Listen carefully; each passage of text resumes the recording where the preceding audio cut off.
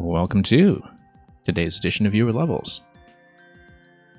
Before we get to the first submission in the queue, which is going to be from Glitch9700 and Gunhead 2 Big Boss Boogaloo, we are just going to do a quick warm-up with one of the latest releases from Pink Tops, just to make sure everything is working, including myself.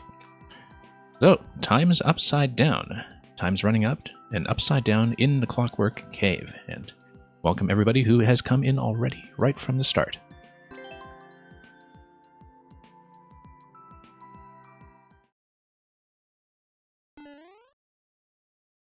Okay, time's upside down. And so are we. Also, 100 seconds. Let's maybe do this a bit faster, while also wondering about this. Oh, I guess it's just overlapped by track stacking. Just because of the Tracks world operating by its own collision rules. That seems to be what's going on. Let's not do that. Obviously, I'd need to go over, but upside down does have a way of messing with your spatial orientation. Yeah, upside down levels, as with water levels, I think it's one of those cases where too few people really make an effort at trying to make them work, and you sort of need a large sample size of attempts at serious levels with them to actually produce things that are playable, and indeed very good. So, kind of nice to see makers actually taking a crack at them.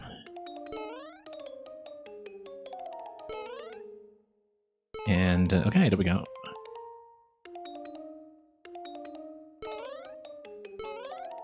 You have to remember that it is the down input to cling on to the vines here. And Mail64, thank you for the latest edition of Morton's Dusty Kennel.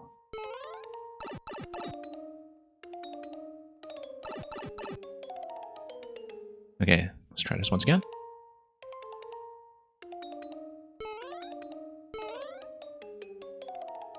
And up we go. Sure, let's get a 10 coin.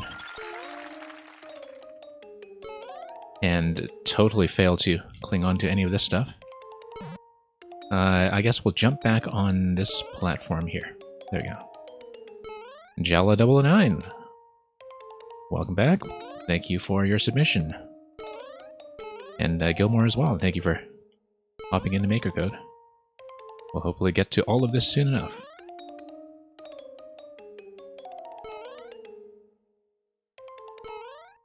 And I always find such curious contraption levels. Yeah, I mean,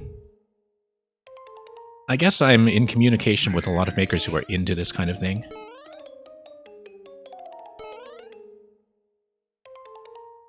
In some ways, I think a lot of the levels that I do show off on a stream are really interesting to other makers, and I find that, in a way, that's actually kind of an underserved category when it comes to watching Mario Maker on Twitch.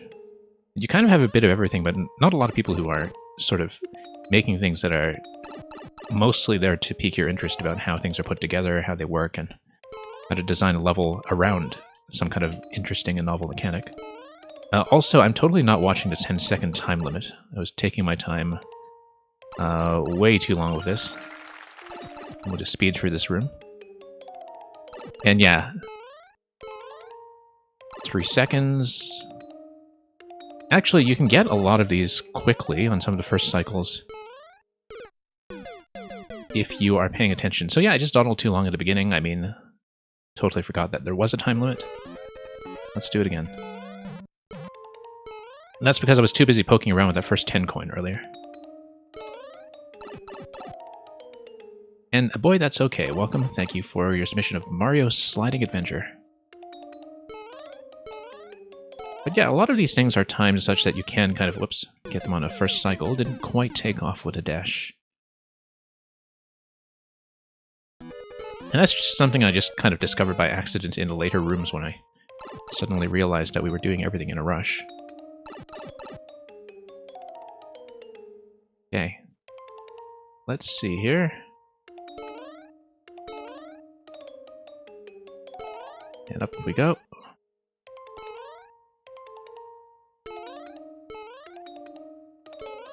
Nope, let's not do that. That's okay, we've probably got time to spare, just given how badly I played earlier. Just to get a few steps from the flagpole. Yeah, there we go.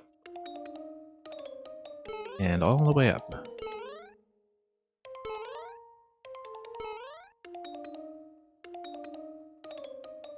That was on purpose to get a 10 coins? Yeah, that's just how I play. Same with this guy over here, this 30 coin that looks just like a 30 coin because, of course, things are just flipped around the x-axis rather than being turned upside down by rotation. Let's be careful here.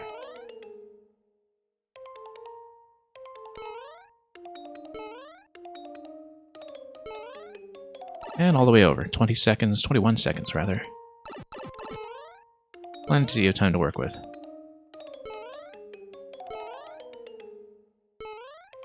Yeah, the thing that really makes this function as an upside-down level is that the platforming is all fairly normal platforming, but it's making you call into question any of your muscle memory baked into this game in terms of your ability to judge momentum and jump heights and what direction to press. So,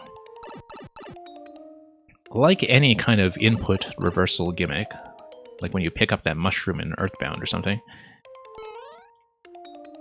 it throws you off because it makes you very conscious of what you're doing with the inputs in a way that I think normally just becomes second nature once you've been playing games like this for long enough.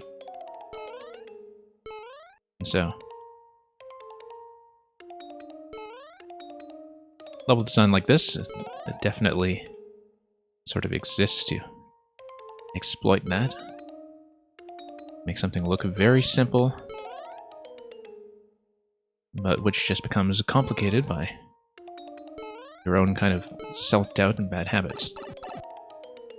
And yes, you do have to be fairly generous. It's like with Desert Wind. You might think that you're just adding a very simple variation on the level, but in practice, it actually makes it significantly harder when you just apply that to the same content. Whoops, as you can see, you can only have so many mistakes, but we're ahead of pace, I think, so not so concerned this time.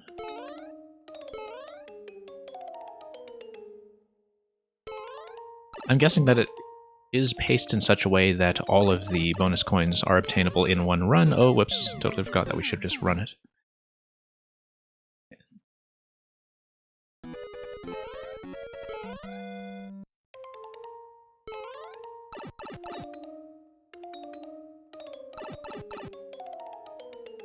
And also forgot to note earlier, by the way, thank you for the follow from a boy that's okay. For some reason, I don't think my alerts actually went off. But hopefully everything else on the stream side is actually functional.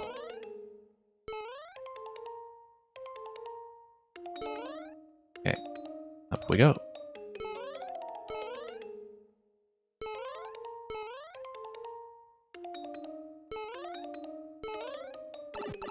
And yeah, doing better and better time-wise in terms of getting to some of these later segments.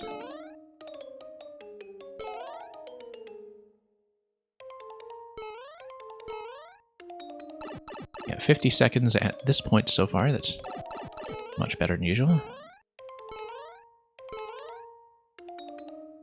And we'll just be a little bit more careful here as we speed all the way across.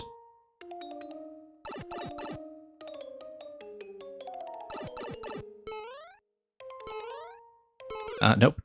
Totally expected that to drop off earlier, but if I had been watching, of course, the first saw blade coming off its own track, I would have been able to predict that movement.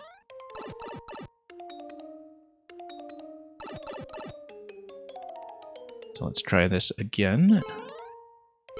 And whoops. Here we are.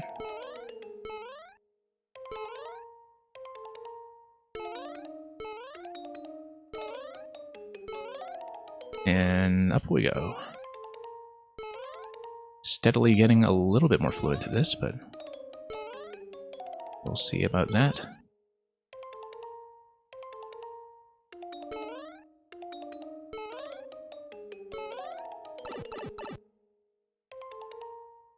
But yeah, definitely that sort of instinct that you have for estimating your own jump height and momentum gets thrown off quite a bit just with the side-down swap.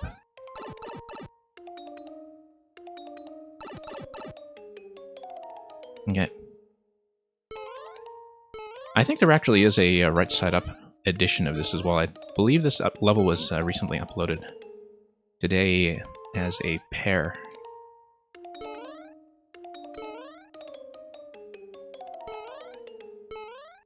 Wouldn't be terribly surprised if this were just designed right side up in the first place and just flipped at the very end, once some of the timings had already been mapped out. Whoops. Okay, Jala009, thank you for dropping by anyway. It is exclamation mark leave if you want to pull yourself from the queue. But we are back with more viewer levels in the same time slot tomorrow, if you want to drop by. And I'm looking into eventually moving to an earlier time. That's unlikely to happen until maybe September or October, though. But I know this is a bit of a rough starting time for people who are in certain time zones, like East Coast, North America. And so, looking into eventually making the stream a little more accessible again, like it was in 2020, back when I was doing afternoon streams much more often.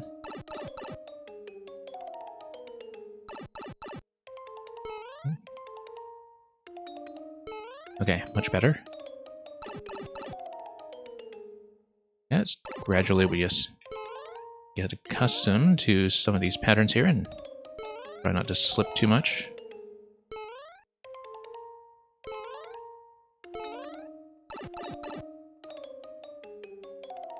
And yeah, just straightforward here. My first time through here, I didn't really even think about this room because I was just in such a hurry. Yeah. It's a little bit difficult to see my own takeoff there.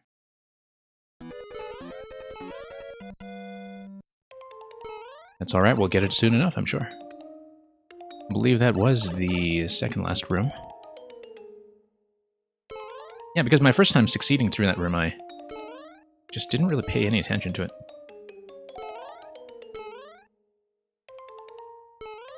And just moved by instinct, which seemed to work well enough. Okay, losing a bit of time here.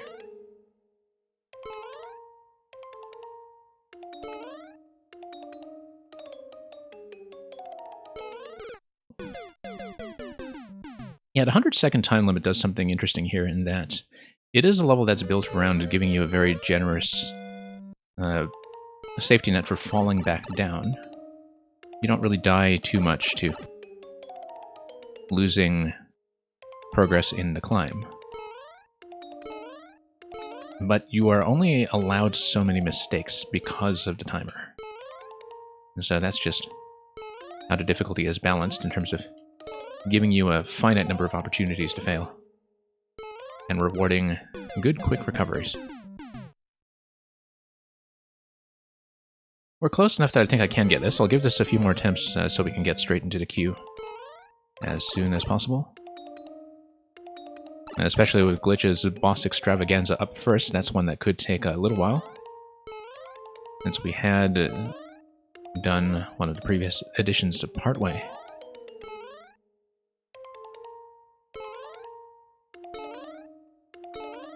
Alright, up we go.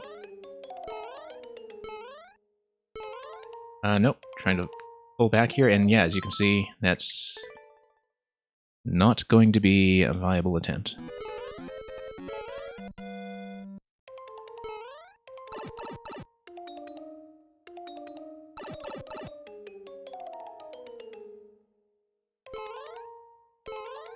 And okay, back up.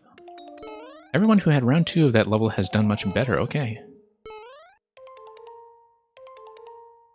Yeah, I don't know how much adjustment you'd made. I thought you just said you fixed one block for the locking issue with your checkpoint mechanism that you had discovered. So, I guess it does kind of come with practice. I mean, last time I remember having an easy time with 2 of the rooms and just dying repeatedly to one of the other ones. Yeah, like I said, not going to spin forever on this one. But we are close enough that I think I can make it happen.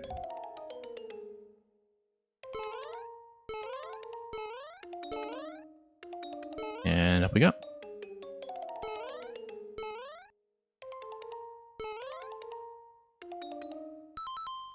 I saw a very generous clear rate on this coming in, and I thought, okay, this will be a quick and easy starting pick. But sometimes clear rates can be deceiving, especially when you do have good safety nets for failing the jumps themselves. And it may just be that I'm also just bad at playing upside down.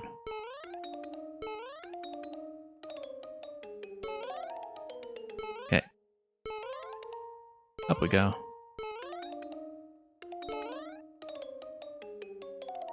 And through here.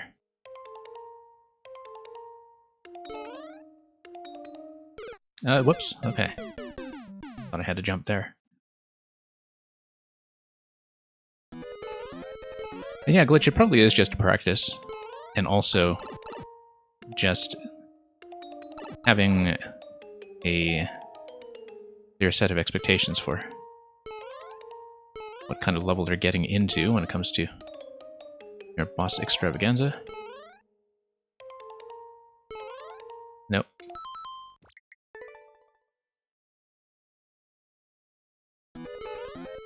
Up we go.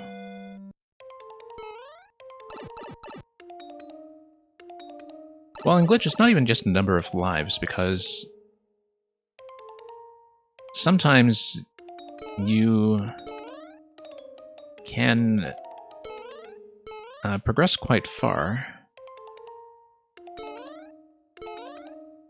and have one attempt to just last very long but run into a very consistent roadblock, especially when it comes to endurance fights where you need to, for example, keep the cannon box and do some kind of interaction 3 times.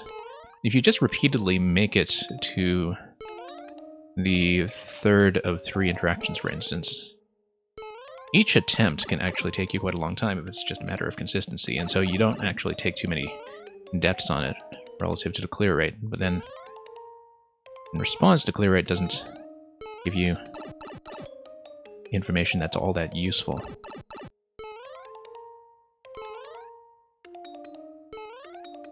But here we go. Yeah, I can be doing this segment faster, but rather not lose too much progress. There we go. And now let's be cautious with the room after this one.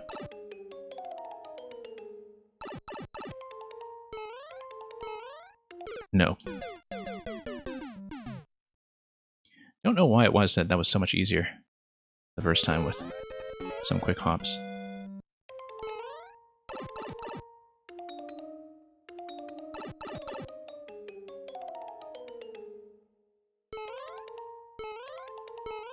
Okay. Up we go.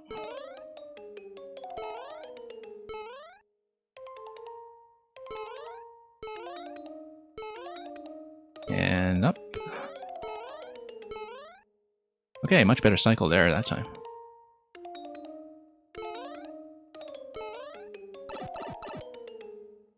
Yeah, just nice full jumps everywhere.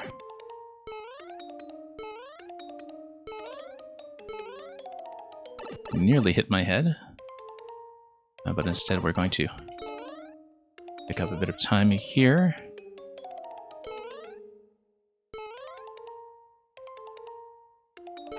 Can feel quite slippery on top of these when you don't quite have muscle memory to engage everything correctly. Okay, this is the dreaded room near the end.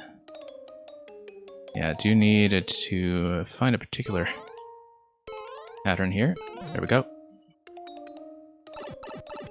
And 30 seconds left in this room here. Now let's watch the blades. As you can see,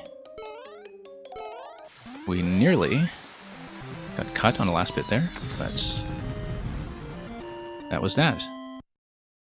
Missed a lot of the optional coins along the way, of course, but we were maybe not taking this seriously enough. But that's okay. Time's upside down and time just moves on. So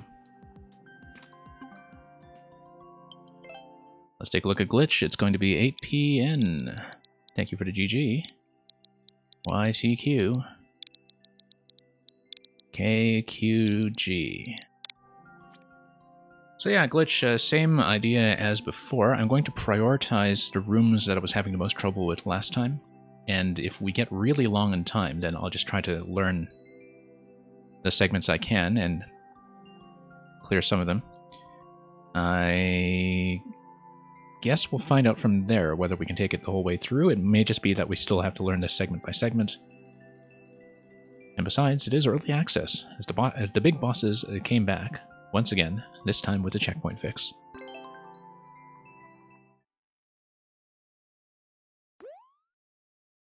And yeah, given that we found a couple of first cycle timings in that previous level, it does feel like you can easily get past 55 seconds as the record. I mean, it has very few plays in it right now.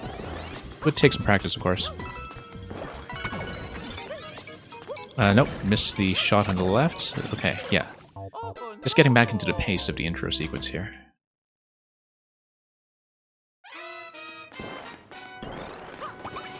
Ready? Voila! No sign as yet of when they are finally going to release the Cuphead DLC, the delicious last course. Of course, did encounter pandemic-related delays, just like everything else in the industry, especially with smaller developers.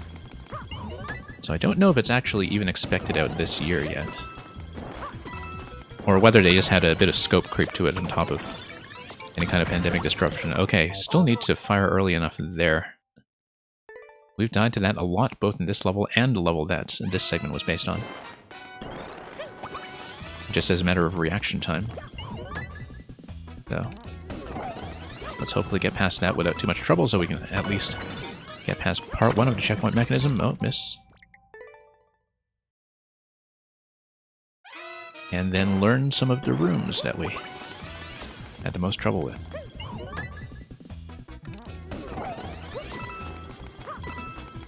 Okay. Nope. Need to maintain position on top of the thwomp.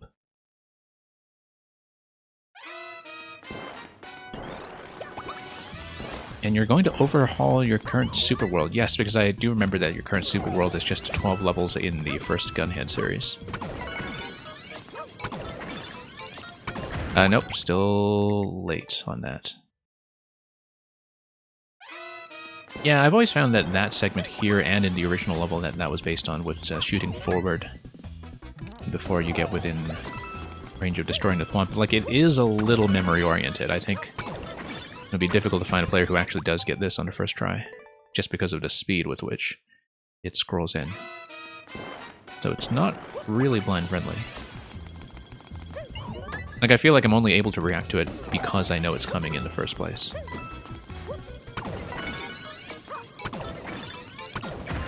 Okay, got it. No, we need to jump up and then wait for the thwomp to die, wait for the P-switch to expire, and to get across the door. After hopping on the donut block so we don't fall through. Nintentium, welcome. Hope you are doing well. Nope. Thank you for Sky Pillar.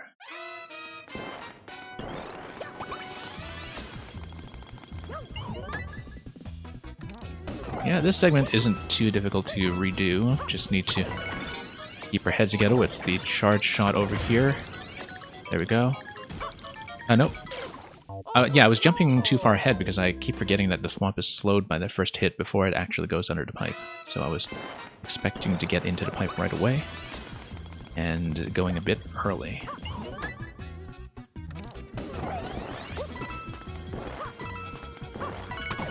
Yeah, you added that to slow him down.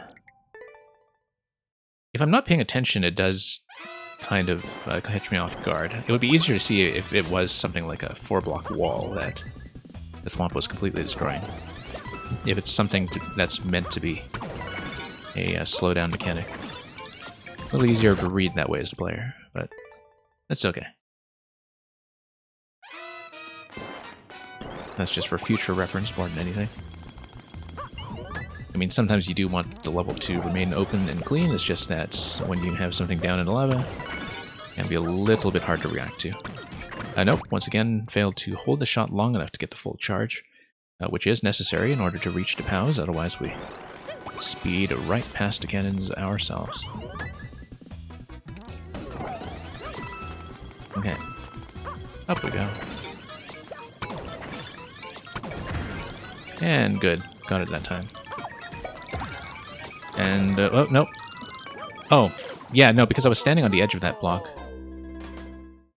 I thought I was going to get a nice, easy hop on top of it, and didn't realize that it was kind of halfway on top of the block already when I exited the pipe, which meant that it was already beginning its drop timing. And so that was just a very avoidable mistake on my part. Whoops. Once again, didn't get to charge.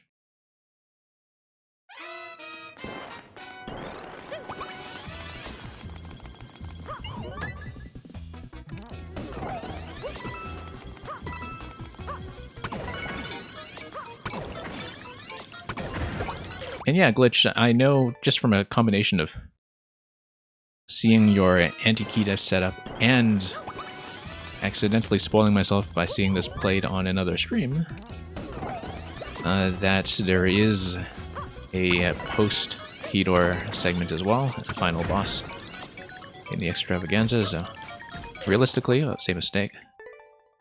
I don't know if I'll clear it in this setting, but I'll at least clear, I hope, one of the rooms I didn't do previously. We'll just work on that once we get past the entry segment here. Okay, here we go. Slam and jump. Not too bad, actually. Just a lot of things that can throw you off very easily. Now, I don't remember what is what here.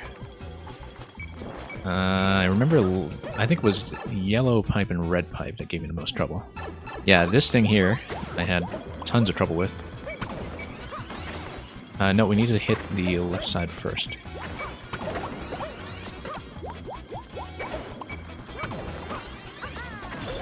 No. No, let's not start over. Let's revert to checkpoint. Yeah, I remember the many, many issues I had with the yellow pipe room in terms of being able to complete it. Now, because I have to guess accurately when I'm going to get the hit on the other pipe. And if I don't guess accurately, then I wind up on top of spikes in the bottom. Nope. Oh, no.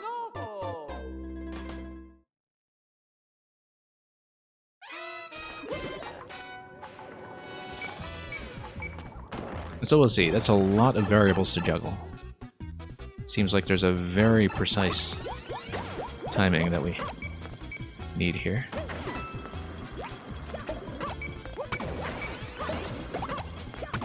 Okay. Nope. Take the death. Oh, no.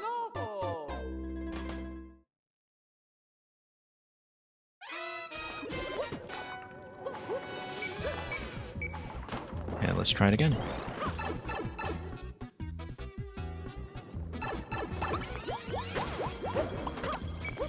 And of course, it occurs to me that if I do not actually complete the whole thing in this segment that even if I beat this room, I wouldn't have to beat it again. But then I'd have to learn some kind of reliable method or timing.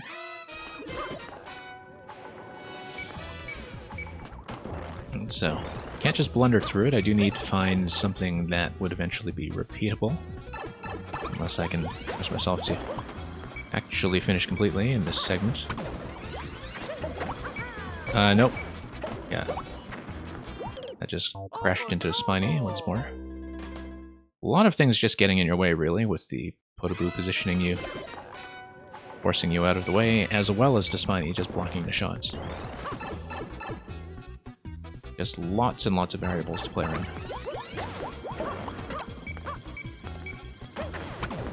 Yeah, so this is going to hit the Spiny.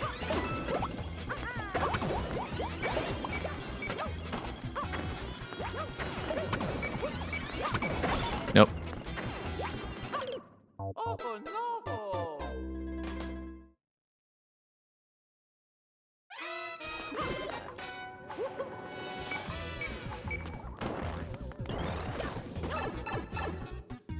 And okay, let's just crash against it some more. I may switch over to Red Pipe for a few attempts if this is truly not going anywhere.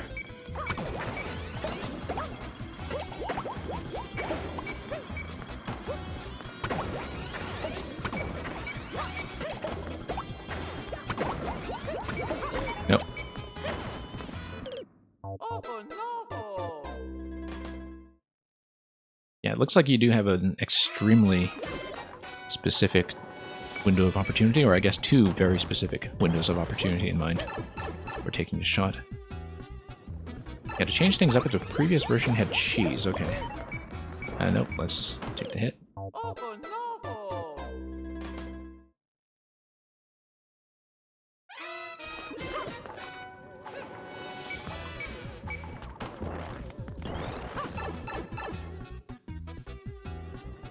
And let's see what we can do.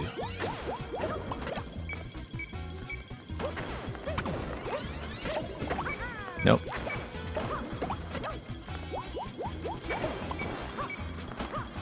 I actually don't know how far I can stand to take the shot. I think I do have to be under the pipe.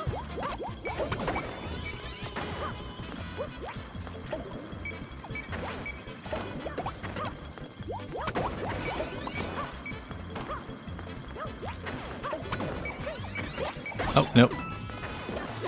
Yeah, that's the issue, is that Oh no! my eyes really do have to be in two places at once in terms of watching if the shot is going to make contact and watching my own position. And that can be quite tricky. You do need to always track everything that's going on offensively and defensively, or once again, you just wind up crashing against the bottom. So it is very much an attention test in many ways.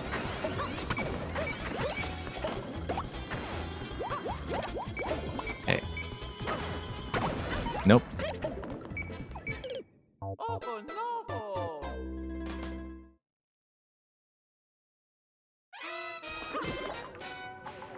Yeah, last time I attempted this, I managed to get through one shot safely. Out of 3. I did find a particular timing here that would get me across, but it's very easy to get hit when doing it. Nope, you see, that did go through. So the idea is that you want the Spiny to enter the pipe Oh no! when the shot also goes in, because then that way the shot doesn't make contact with the Spiny. But the Spiny does have to come out of the pipe first, because that is when the alternating beat block is going to be out of the way. And at the same time, I do need to watch my head. Nope. Okay. Oh no!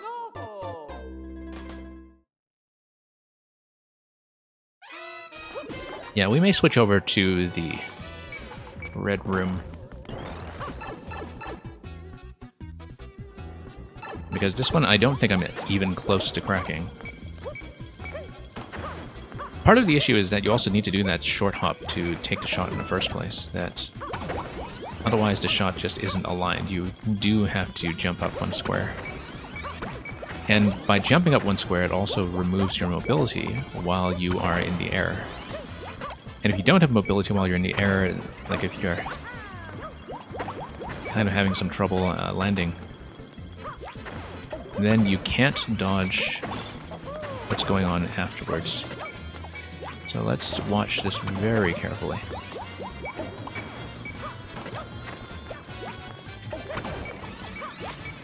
And yeah, I saw that was going to happen, but I was in the air, and so I couldn't actually reposition myself quickly enough.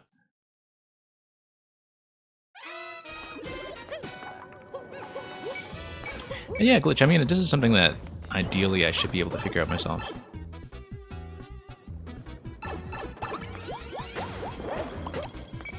So I'll leave that decision up to you.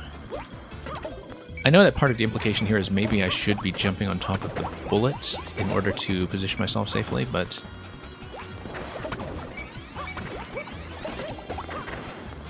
currently not quite finding that opportunity. Whoops. Oh no!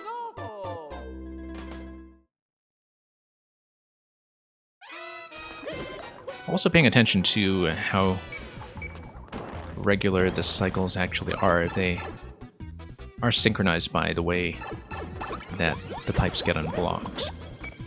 I think they are. I think the pattern actually is reliable in every cycle, but it's not easy to tell. Yeah, no worries about that glitch. Here we go. Okay. And, oh, I got hit by the bullet, okay. Oh no!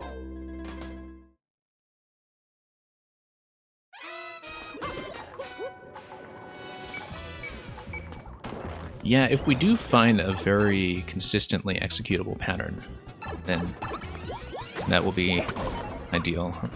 You know, so we don't just blunder through a solution, but actually go for something very specific and intentional, because then the important thing is that that would make the fight repeatable and reliable. And I think when it comes to anything that's sort of this huge multi-checkpoint setup, that's a really important thing to keep in mind, that people are likely to have to beat things multiple times, especially if they are learning things piece by piece and doing them in multiple sittings, instead of just grinding away at the same level for a few hours. And so, whoops, no, fell on top of the bullet. Oh no! And so whatever is going on with any level that's in this sort of multi-checkpoint branching format that's very familiar to many boss rush makers, of course, I think it is important that you can in fact find methods for things rather than Oh no! just lucking out into beating them accidentally. But that's my attitude towards the difficulty design in general, is that when it comes to people talking about difficulty, I think very often people don't talk nearly enough about consistency. And, you know, when you beat something, do you feel like you've learned it to the point where you could beat it every time? That doesn't just go for bosses and bullet hells and such, but for platforming generally, and I think that a lot of the best professionally developed platformers understand that very well.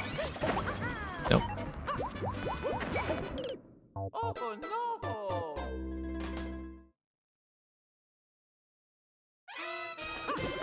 no! Okay. Let's go for this again.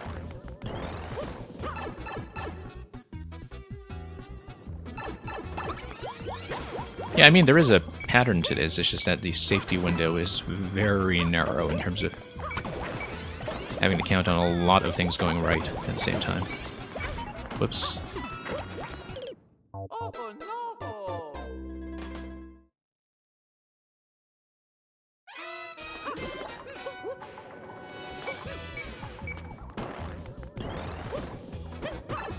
Yeah, I think this is definitely an example of one room where the difficulty would not feel trivialized by having the opportunity to pick up additional cannon boxes. But in general, that's how I feel about a lot of the gunhead bosses that you have. And I know that's just sort of the intended difficulty tuning in many cases, but that's... You know, there's this implicit condition of never being able to take any hits whatsoever, which I think can be a little bit inflexible when you have fights that just have so much incoming stuff. But you've heard me talk about that before, so that's nothing new. Okay.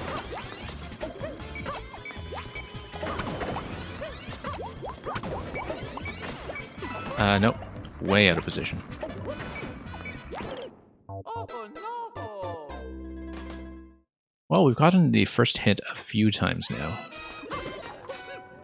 And the timing should just be symmetrical because of the way everything is released. It's just that I need to understand what that timing was precisely enough that I can repeat it in the opposite direction.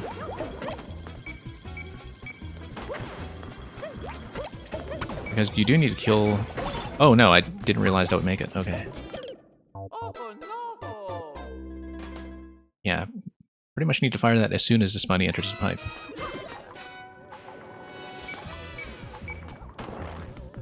I didn't think it would actually hit, because usually that shot is either just a little early to the point of killing the Spiny, or just a little bit late to the point of hitting the beat block. As you can see here, you really do need to hit every single time when you intend to. And so you have to have a very good eye for predicting your own success.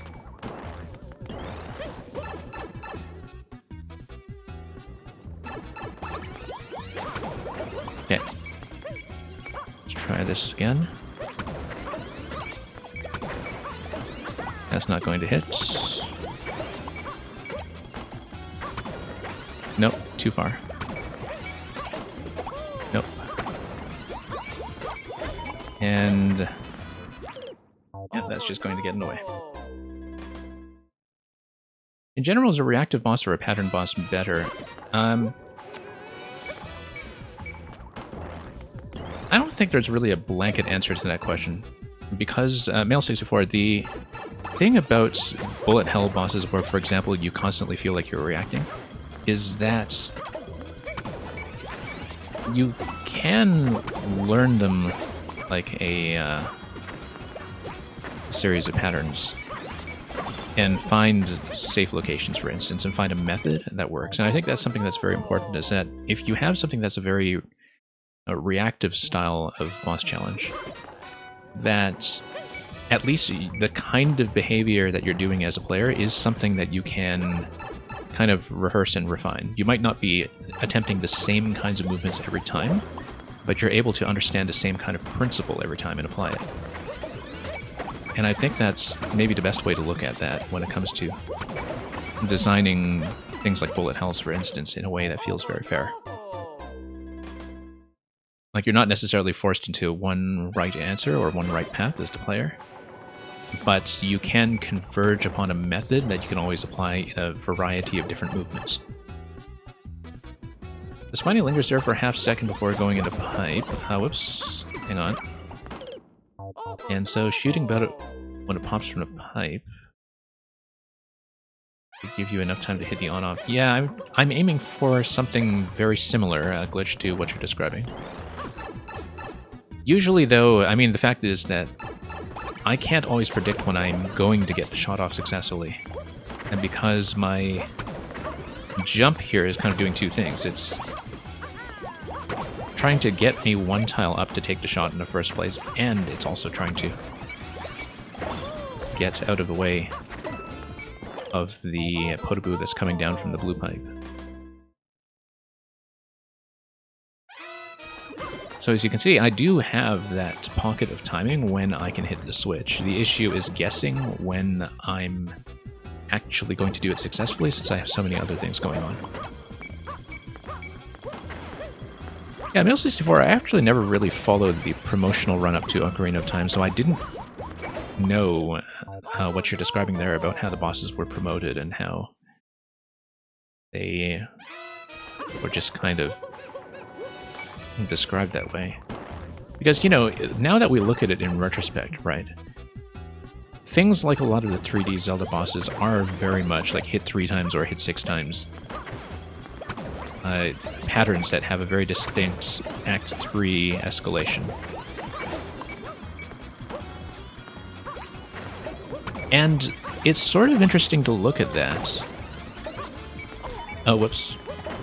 And compare that to the sort of bosses we had in, say, A Link to the Past, where, yeah, okay, they do have that red form when they get hit a lot at the end, and they start to move faster, or they start to do something a little bit deadlier, and you have these multi-phase encounters there as well, but it seems like it becomes much more of a convention once you get into the 3D era.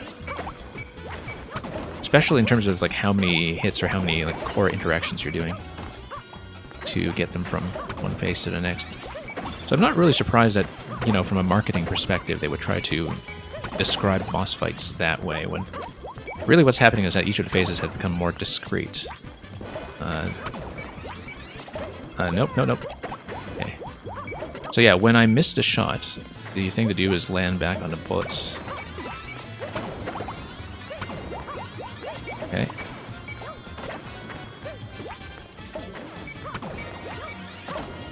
Nope. Guessed wrong, and I thankfully did fall back in time. Nope. Didn't expect to hit that time. Okay. Oh no!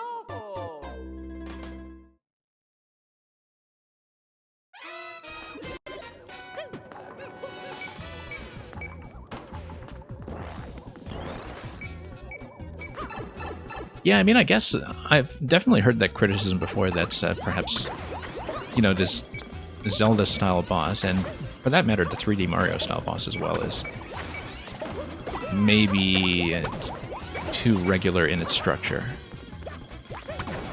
Now, the funny thing is, I think Skyward Sword actually solved a lot of that. I mean, it does still have pattern-based bosses in many cases, but the very fluid nature of the combat system and the kind of interactions you can squeeze out of that really did at least disguise the patterning, I think, much better, which is why people really remember things like the Colossus fight, and even though that was something that broke down in phases. Or for that matter, the Girahim duels very early on. I've actually not played Skyward Sword HD yet, I'm just going from memory from a decade ago. But I remember thinking that about the Skyward Sword bosses, that, you know, the combat system and the sort of focus on the motion controls actually did a lot to mitigate that sense of cliche.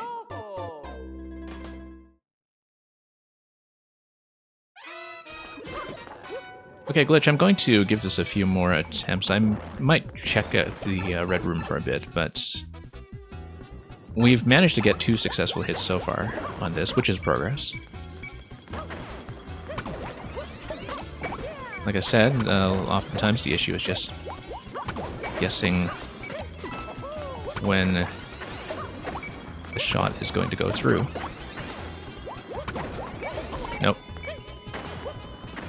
Oh no!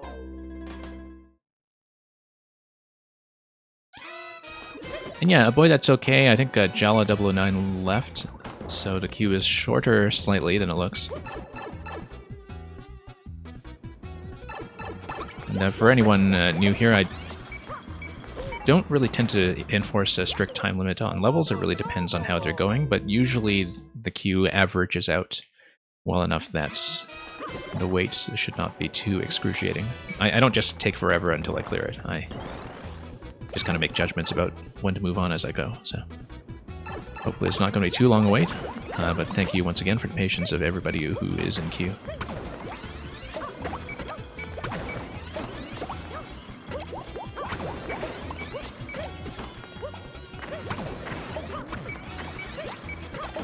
Yeah, I do plan to take a spin with Skyward Sword HD eventually. I mean, I already loved the original as is. I had a great time with it on the Wii. But I find that when it comes to replaying games, even in new and substantially revised editions, that there are things that I save for a rainy day, and there's not really an urgency to doing so at launch. Like, they tend to fall by the wayside in the backbone.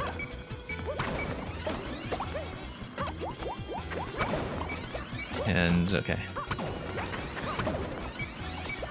There we go. Yeah, that time I was just able to observe accurately that the shot was going to go down.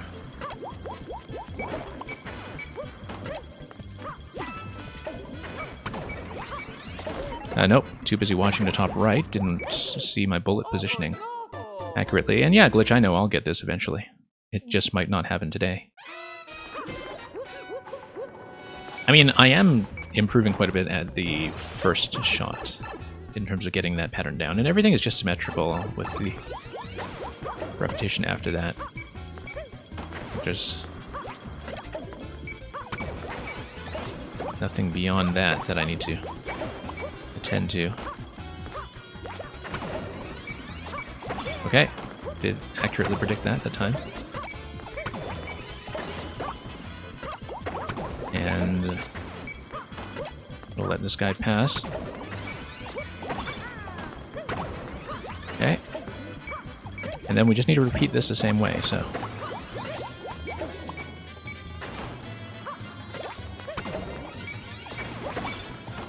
Okay. Oh, one more, okay. For some reason read that as 3 hits. But of course that's because I couldn't quite see what was going on in the bottom right past the screen boundary.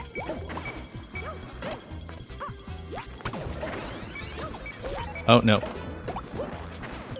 Oh no! That's okay. New record on this segment. Let's take one look at the red room just so I can remember what it is. I'm not going to make a serious attempt at it, Glitch, but like I said, when I eventually do a full clear of this, which is likely, I think, to happen on one of the non-viewer level streams, when I do a full catch-up. Ah, yes, this one. I'll need to redo it anyway, and so... Okay, that's a good reminder of what we're in for. So it's that room. And we're getting closer to the yellow room. It looks more and more doable. I was, of course, just one shot away, and one shot that I already knew how to do, so... We'll get it eventually. And by exiting out, it also means we'll be a little more competitive with this 17-minute world record time that you currently have on it. Who cleared this, anyway? I know...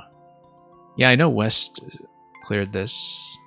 Not surprised that Red Knight, Isherwood, Street Rat... Yeah. You sent it to people too. You sent it to people who I would expect to clear this given enough time sticking it through, so...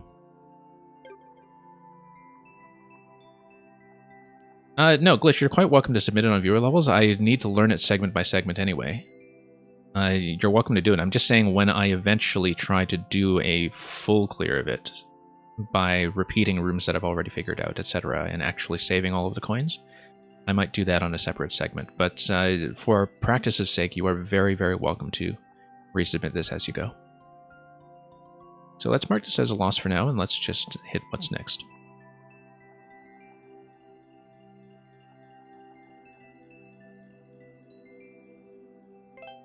Okay, Mail64, I guess unless you're replacing this code, this will just be the newest addition, or at least an alternate path on the Morton level that we've been looking at the previous week. Remove the Yoshis, okay. Oh, right, with that little Yoshi egg interaction at the end. So that will be an interesting moderate buff to some of the later fights, perhaps, but we'll see how you retuned it. And so, yeah, Mel, if you have a preferred path that you want me to look at, do let me know. Otherwise, I'll just kind of play it organically and see how we do. Morton's hold of desert dogs infiltrate and avoid being served as food. Go over to second boss. Which one is the second boss?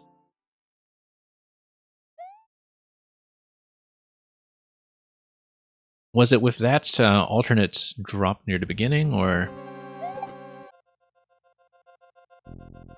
I'm trying to remember the structure of this thing, despite... Oh, whoops. Yeah, we want to bop the second one, slide through the first one. Okay. Right, after the second checkpoint with that on-off gated room, if I remember correctly. Okay. Oh yeah, P-switch.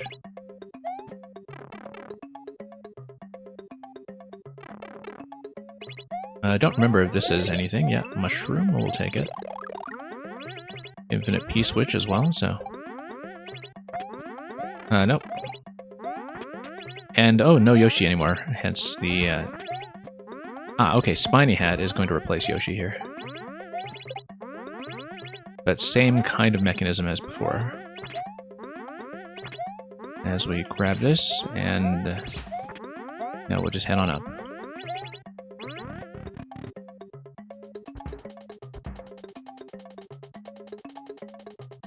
Yeah, here we will release the blaster, and that will also release the chomps that have loaded in at the very start. And we'll bust everything down because that's what we do. Oh.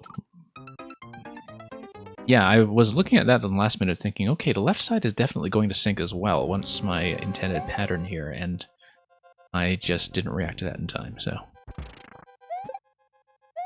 okay.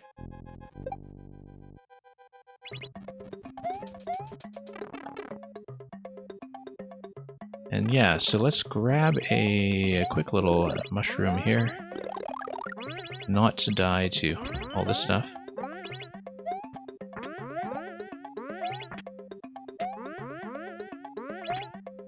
And yeah, let's just get the blooper out of the way. Get all this out of the way. Not get trapped. And, oh, lost that. It's okay, it just means that we won't bust down every single question block that awaits us here.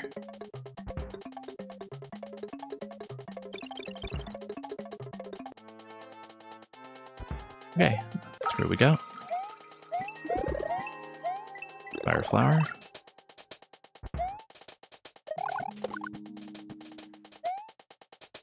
So what happens if I do this? Then can I just spin across the chomps? Yes, I can.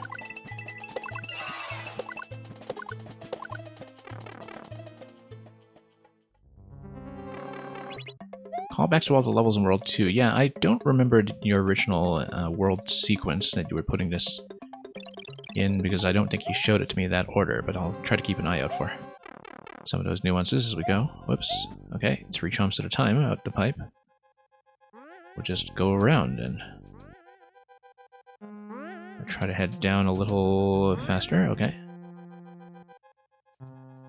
And, okay, I do need a chomp here in order to get up to the door, which means that I need them to spawn and follow me down here. I think I may have left them upstairs and despawned them. Okay, let's just drag them down.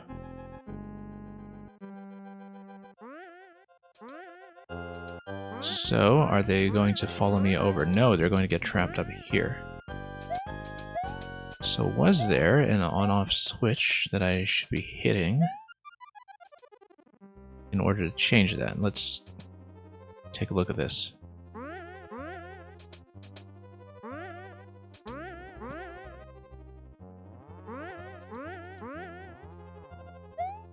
Yeah, because without Yoshi to jump off here, you've redesigned it in such a way that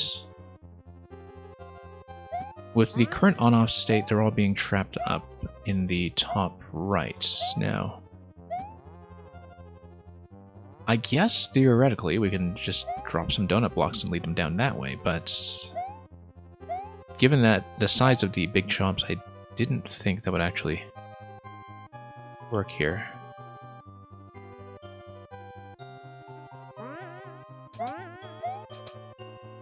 Oh, P-switch, okay. No, I didn't see the P-switch. That's... oh, okay, and the P-switch... okay, I don't even need to go for it. The chomps just jump on that directly. Didn't think about that. And yeah, we'll just let some of these chomps get trapped. Release the hounds. Yeah, that's pretty much what's going on here. And he's not going to get trapped by the one-way panel until he bounces all the way back. So... let's just keep that in mind. The one-way panel, surprisingly, is a safe zone.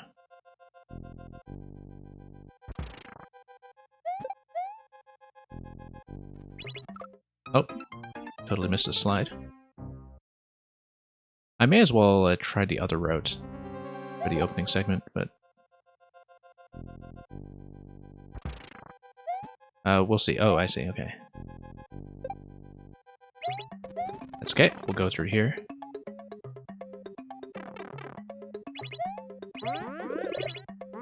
Well, I mean, there are ways to get around a checkpoint limit.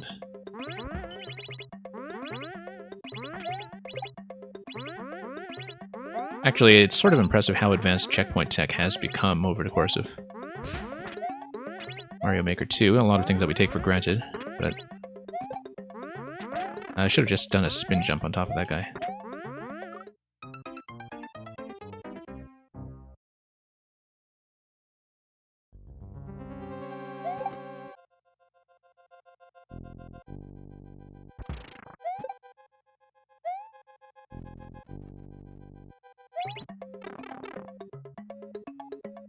Okay, back here again. Grab the mushroom.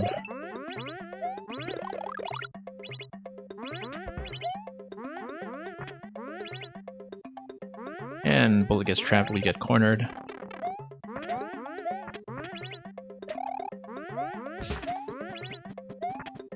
And it gets shot in the face? Okay, that happens. From time to time.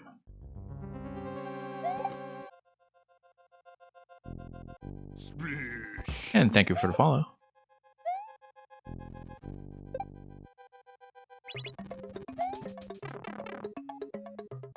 Alright, back down we go. Let's see how we can do this here.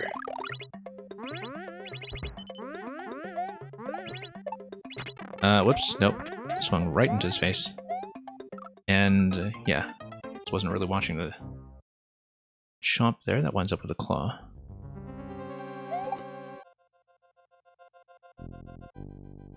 Just need to play a bit more cautiously around bloopers, I think. We'll eventually make something happen there. One moment, please.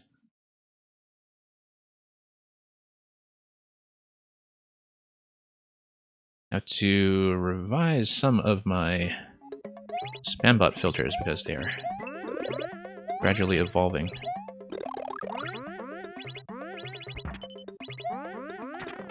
And yeah, main issue with the chomp is that it's very easy for you to get trapped in a claw yourself. Oh, and we also almost lost that opportunity, and we lost it anyway, okay. However, if, yeah, it's coming out of the blaster, we can just grab another one.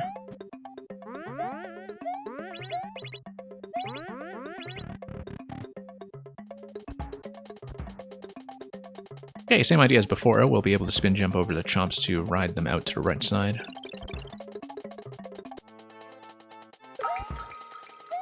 And we'll not be able to grab the mushroom here because I've got a spiny hat.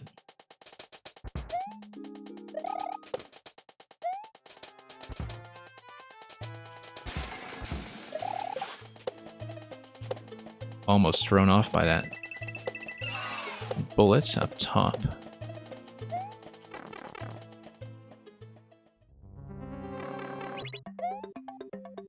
Okay, let's get out of the way, because eventually chomps are coming.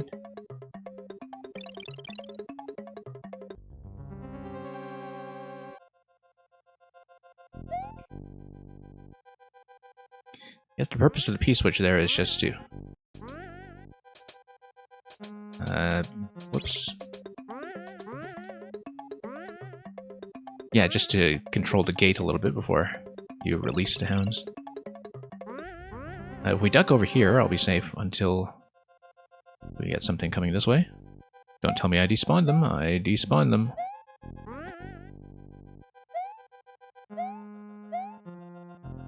Well, I guess we have to follow them slightly.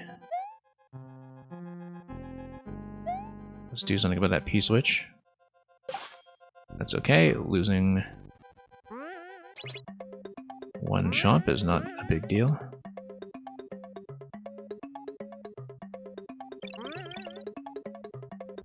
Okay.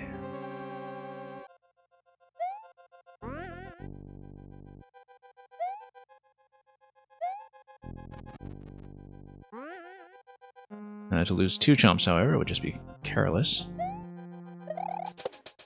Oh. Yeah, that's not accessible anymore, actually. Unless I'm catching the chomp too low. Yeah, I should be able to do it. Okay. Yeah, I feel like maybe that needs to be lowered by a block now just because of the... Well, I mean, you want it to require the spin on top of the chomp, but at the same time, it does require a very particular spin in its current form. So... possibly something to rethink, but yeah, and you want me to go for a second boss after this. It's okay, we'll let Morton do his thing first and get out here.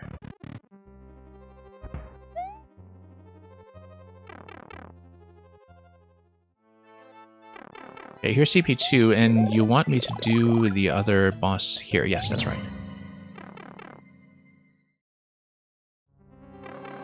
This big drop with the double Morton that we just decided to spin over. Oh. Oh yeah, I didn't realize that he stomped on top of the stump. That's an interesting interaction, in fact, one that I don't really see exploited very specifically. I've probably seen it before somewhere, but not really used in a very deliberate way.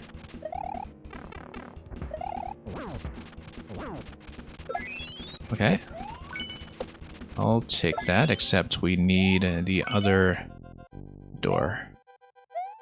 2 keys. And down we go. So, here I can tell you there's going to be a problem. If you grab only 1 key, and you come down here, you get locked. If you only kill 1 Morton, then you go through the first door. As far as I can tell, you are totally stuck if you don't have the second key and you're soft locked out of here. Do you agree with that, or is there something I'm missing? Because I think that is actually the case, if you just kill 1 Morton and go.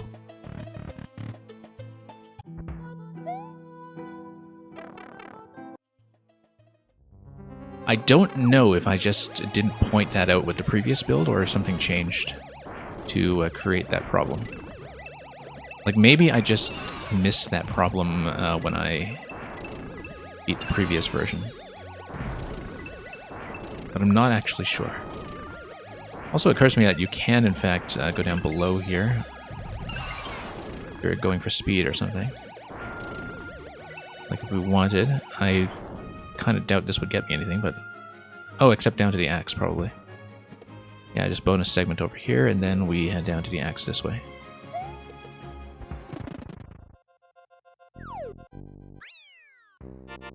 Yeah, that's probably why I didn't notice that previously, Mil64, but if the on-off pattern in the Checkpoint 2 room was revised in a way that created that newfound issue.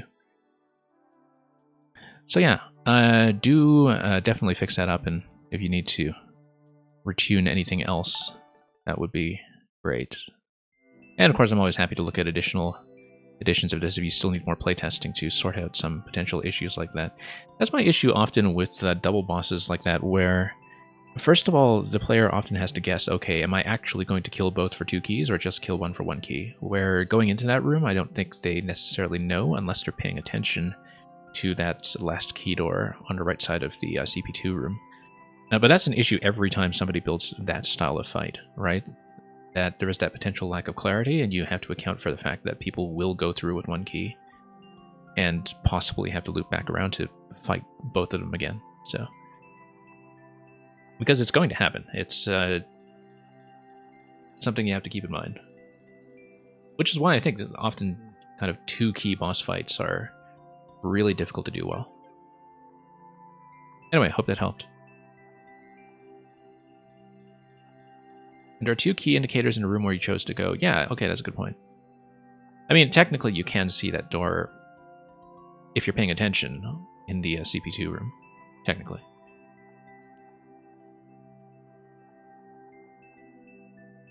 But you know how oblivious people can be to visual signifiers. I mean, I think a lot of people will just try to kill both to be safe, but if they're feeling really desperate to get out of there, maybe they'll just pop out of there to see what happens.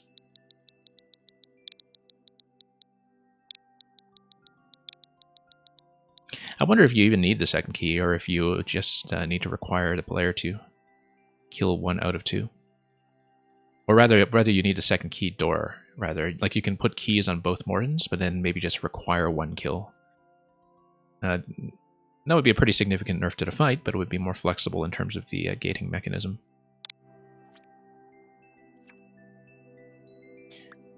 Okay, Gilmore, let's see what we haven't played from you. This is Light Block Lagoon, a short and easy concept level. I assume that this is the one you want to see. And yeah. I know this is probably a test copy, but thanks for offering me first crack at this anyway.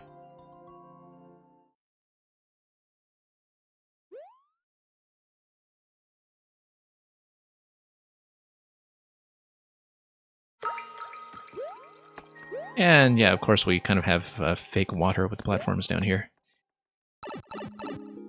Kind of like that initial setup, like you're entering a ship that was just accidentally beached. Oh, that's a really nice lighting setup, actually, to get a shell pattern to light things up repeatedly. I don't see that very often. Just to have a sustained light source. It's a very neat idea. So yeah, it's kind of an exploration level where you try to turn on the lights and try to get out accurately before the lights come off. And I see what you're going for here. And then you have more lights up there, and you have to loop around, okay. And whoops. Oh yeah, I wasn't paying attention to the top of the semi-solid there.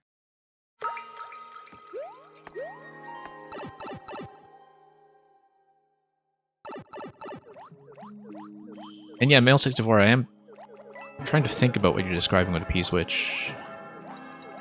A little difficult for me to visualize while I'm playing another level, but I'll think about that. And when you do have a solution, I'll probably see it anyway, so...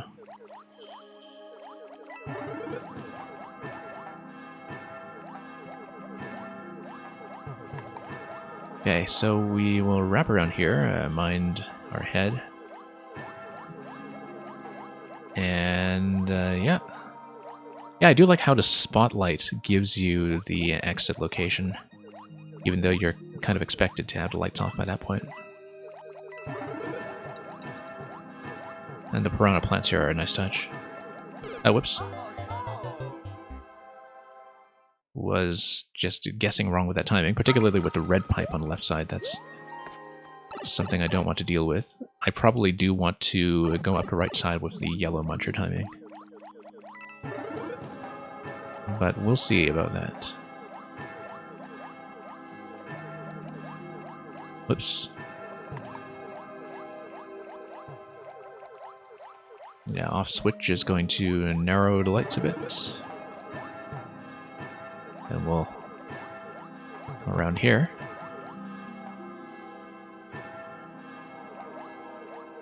And up we go.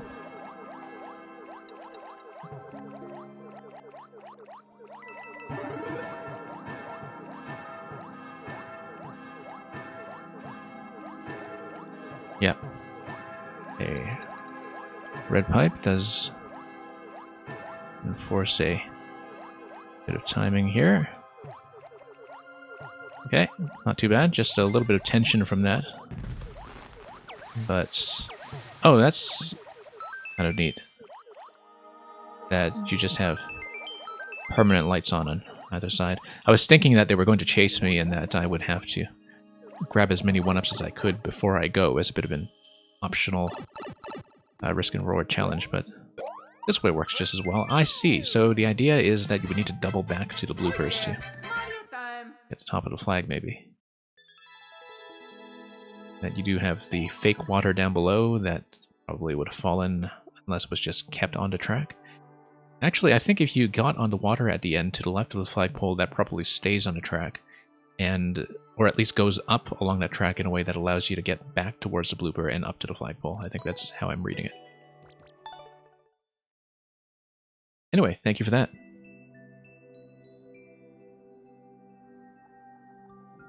And yeah, I see that you had final editions of some of the levels that we tested, early versions of as well.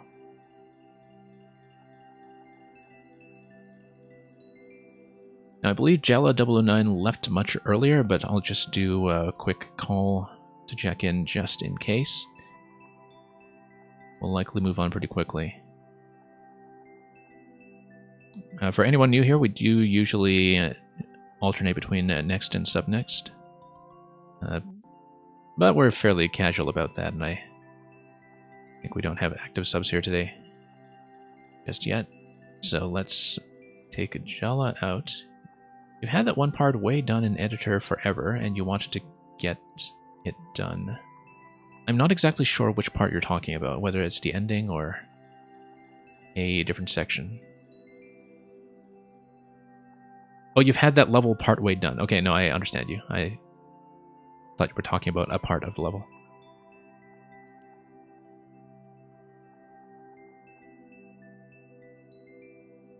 Yeah, I think there's a lot that can be done with that lighting system. Not just in a water level, but in other kinds of dark levels as well. That, you know, you would think that you would see that more often as a bit of a timed light. But I really have hardly seen somebody try it that way before. And I think it could lead to some pretty interesting concepts. Anyway, boy, that's okay. Thank you so much for your patience. I know you've been here probably about an hour. But let's punch in your code and let's give this a look. And thank you, of course, for checking in.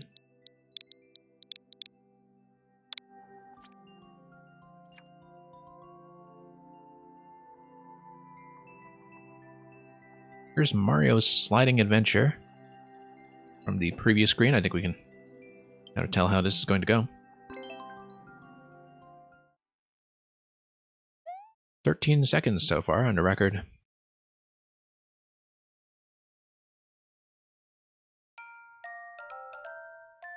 And yeah, it's got a bit of an upslide here. Okay, no, I need to upslide slightly before that slope. I was just going a little bit fast there and wasn't quite paying attention. And there we go, maintaining the sliding state all the way down. And that's the condition, okay.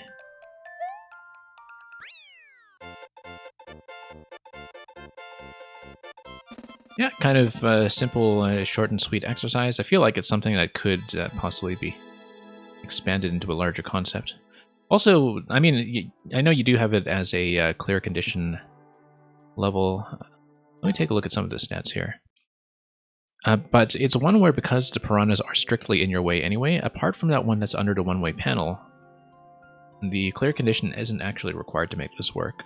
The only thing that needs it is that one that you slide into at the one-way panel location. But yeah, I think that, you know, there's a lot that you can exploit with the sliding state in terms of going upslope or anything like that that preserves the ability to kill the piranhas. That can definitely be expanded into a more robust idea, but the fundamentals are pretty sound, so thank you for that. And let's move on.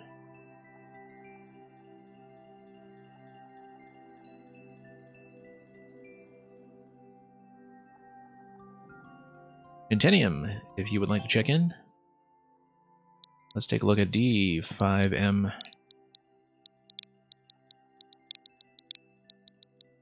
5HSPFG.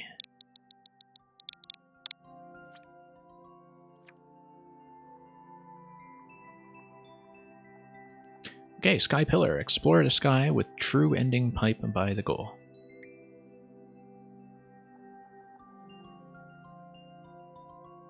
Also, queue is wide open for anybody who wants to put in additional submissions. We usually don't get through a pile of these that quickly, especially after taking so long with the opening today. But in the meantime, let's not speak too soon before we see how we do with Nintinium's Sky Pillar. Okay, so it is going to be an alternating on-off level. The Snake Block is going to keep the Switch globally loaded, and then the Icicle is going to drop something. I shouldn't get on the Note Block, I should get beside the Icicle, and allow that to drop something that I can fall into. Right? No, that takes too long. I do need a Note Block. Note Block to the left, Icicle falls, and then we jump on top of something. Yeah, I jump on top of that. That spawns to Koopa. Okay, I get it. And Mail64, thank you for Dungeon of the Skull. I am trying to make contact with the wall so we can drop safely. I do understand that.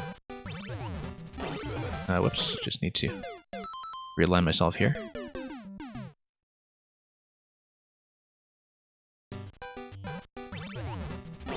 And yeah, let's just fix this up. I do feel like a nice short bounce off the jump block is going to be just fine. But that does depend on correcting my direction a little more fluidly than how we're doing here. Yeah, I do want to make contact with the wall and then immediately let go of the D-pad so we don't ram into the spikes down below. Here we go. And let's work out this timing. You get on, you get off, and you get back on. And I was meaning to jump, of course, but was a little late off the edge. Not yours, okay. Yeah, Mail64, we'll see what your recommendation turns out to be.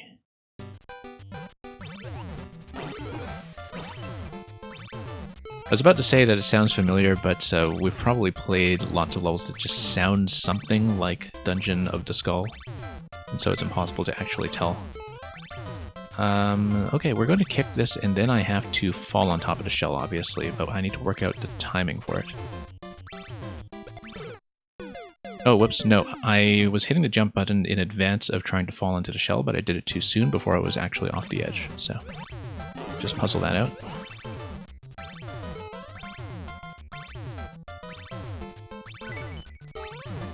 Okay.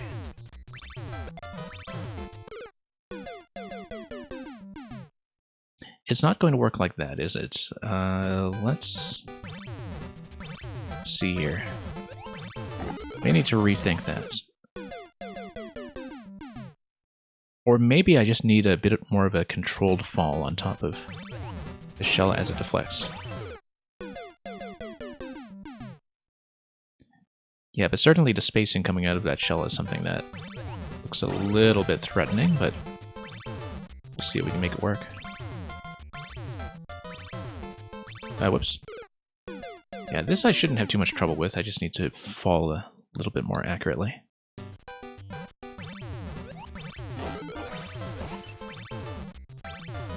Okay. And yeah, just need to watch the timing here. Still thinking ahead to that shell though, that's going to be a tricky little drop. Maybe I needed a full dash into it, and that was kind of a matter of momentum in terms of falling into it in the correct position. So, yeah, it could always just be a short bounce over that shell, but we'll determine some of this stuff when I actually get back to it successfully. Like, for example, we dash all the way here and maybe just fall in it. Not quite like that. Maybe I do just need to tap it lightly then, but yeah, that's just one obstacle that I'm not reading accurately at. I mean, clearly you have to bounce on top of the shell, it's just determining where I have to do it and whether I'm doing it at a low location with a high bounce or a high location with a short bounce. And I don't have a good sense of that just yet. So maybe if I just fall into it like this, No.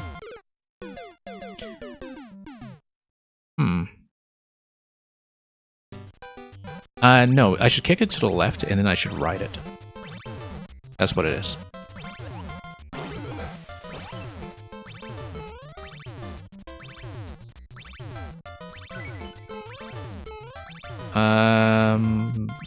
No, let's say I jump. This. No, I can't because of the spike. I can't actually ride it. So, never mind. Let's read this a little bit more accurately. Fast momentum to shell would help. Yeah, I was attempting that, but I guess maybe I needed to do it all the way from the blue blocks. Whoops. Oh, I see what happened there is I was still holding right and I rammed into the spike that's to the right of the jump block here. Okay. I understand that. I just hadn't made that mistake previously, and so that was slightly surprising.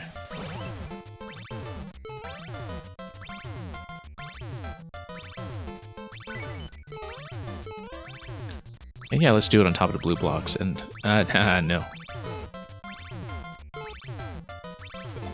And yeah, it is going to be a short bounce then. I see now that going all the way from the blue blocks will do it. But I did need to figure out what that location would be first.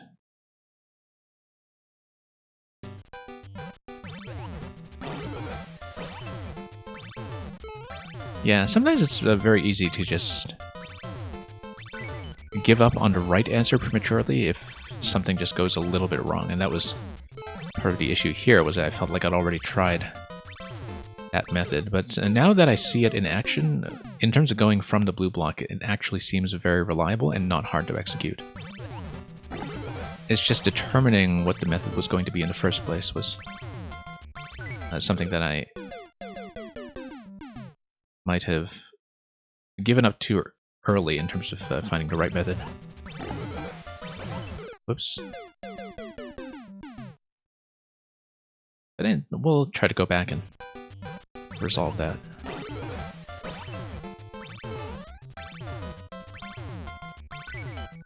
Okay.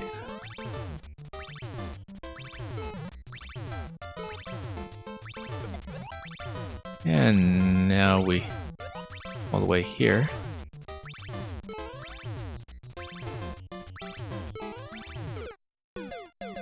Nope, just trying to curve down a little too soon there. Just not really gauging my jump height all that well.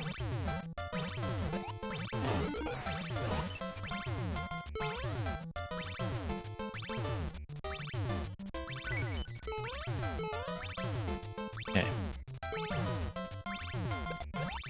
Down we go.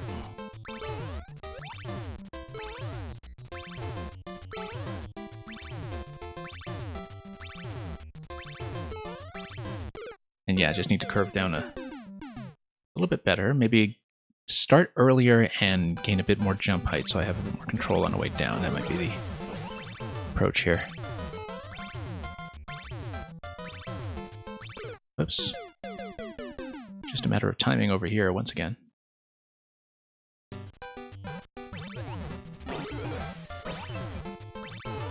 And down we go. Okay, once more.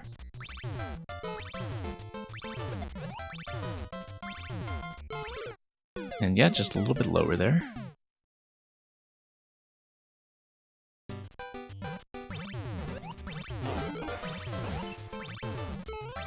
Okay.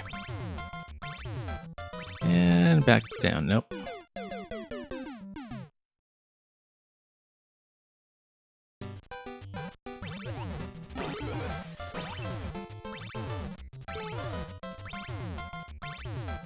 Yeah, I just need to come off the edge a little bit better than we've been doing.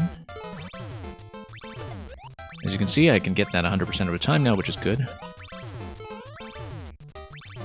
Okay, here we are again. Nope, still curving down a little too early. Electro Dude, welcome.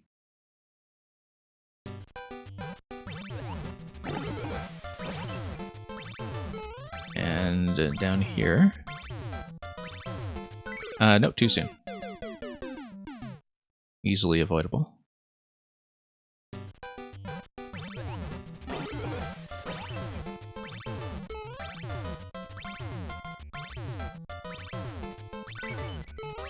And back up we go. I wonder if it is doable just from the edge here. I don't really want to deal with it though, so... Yeah, once again, still need to go a little bit lower. You're going in about 25 minutes, but just wanted to say hi. Yeah. Well, hello to you two. And back up we go.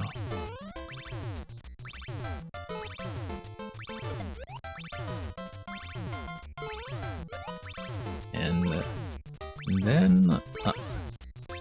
okay, this thing here. There we go. And then crouch. Yeah, no, I just reacted poorly to that because I was already reading the right side with what was going on with the snake block. It's okay. The things we've accomplished thus far shouldn't be hard to reproduce, so... You know, with a couple of mistakes here and there, but... Nothing here, despite precision checks, nothing here feels like a roll of the dice, nothing is kind of out of reach in terms of pixel precision. That works only some of the time. So, I feel like we can get back there without too much complication. Well, apart from this bit here, of course, but that's just a matter of dodging a little bit better than we've been doing.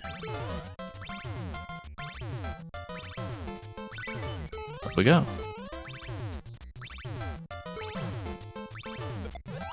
And back down. Nope, still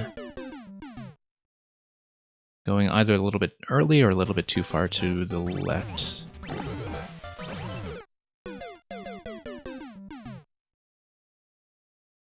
The spike hitbox is asserting its dominance. It's kind of made its way up the Mario Maker food chain for a reason. It's not about to give up its perch as the apex predator very easily.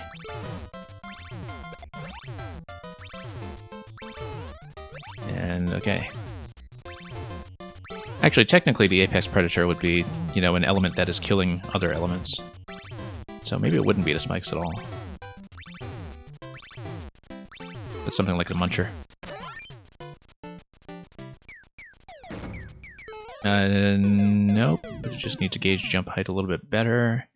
Eventually getting on top of the snake block and then over that muncher and then hitting that block on the top right.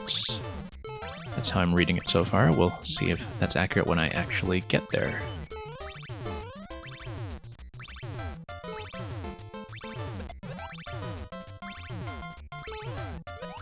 Okay, up we go.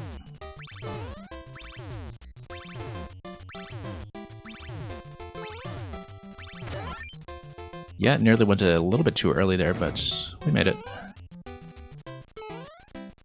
And yeah, just pulled back a little too hard when I thought I was going to slide into the icicle. Don't know yet what's going to come out of the block on the top right, but we'll figure that out when we get there.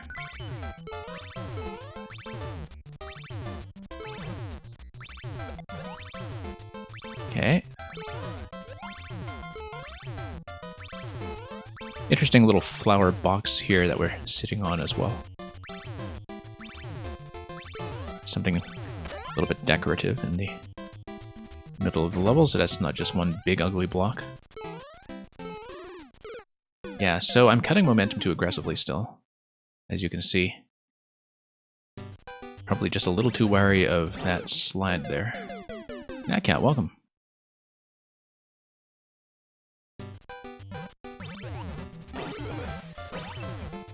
Okay. Now let's try this once more.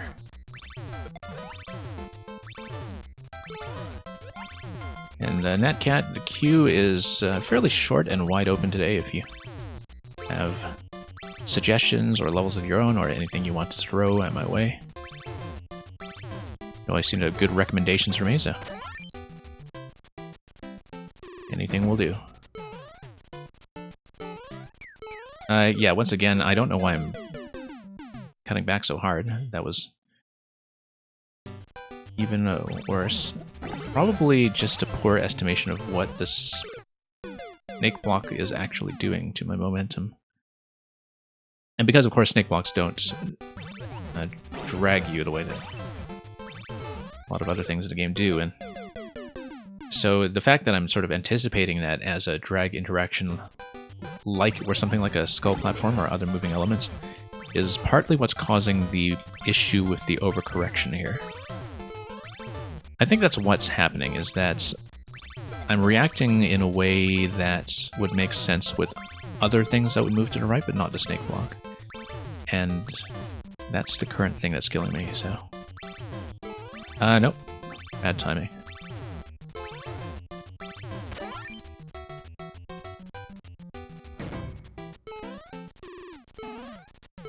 Okay, there we go.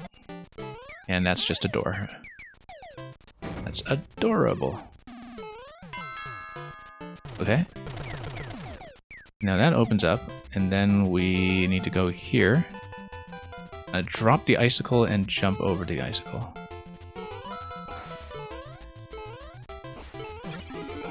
Aha, no, lost that. That's a damage check, okay.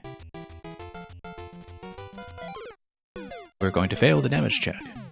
Looks like you just need to hit all of those locations very quickly while you still have the means to do so.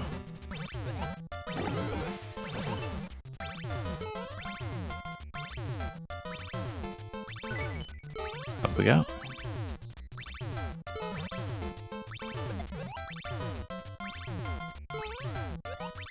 And up we go. Here we go.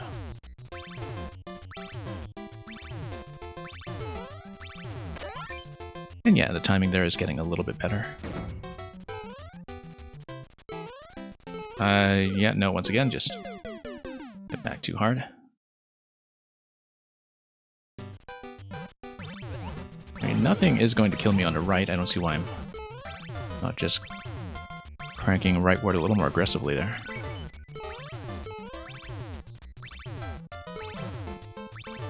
I do have a tendency to overcorrect and pull back sometimes, so that's sort of a known issue. That jump at the end is going a lot better, at least.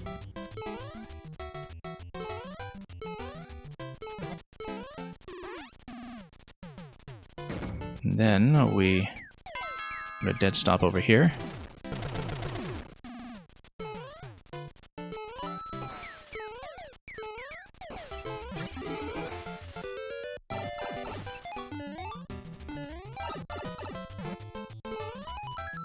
Okay, no, I need to go a little bit faster there. I misjudged the damage check there because I didn't account for the spike that was at the door. I thought it would have slightly more time, but you do need to be very quick.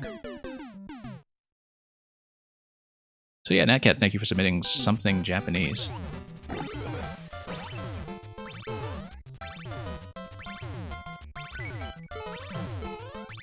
And over here.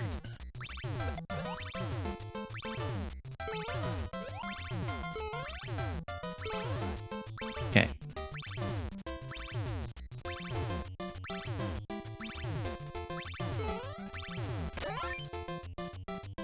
Getting a bit more comfortable with that timing.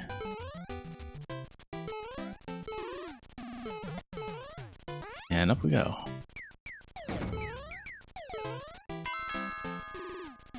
A ding dong over there.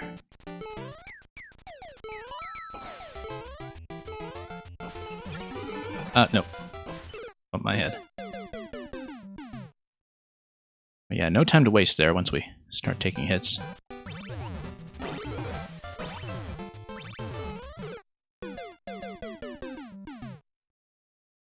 Getting a little bit further, at least.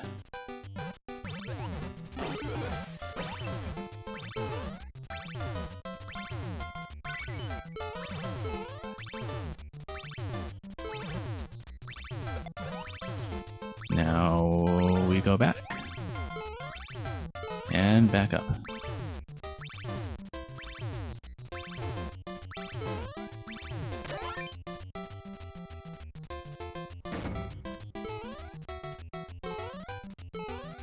Okay, that's working out fine. Maybe a bit of a dangerous takeoff timing near the end, but other than that, things are going well.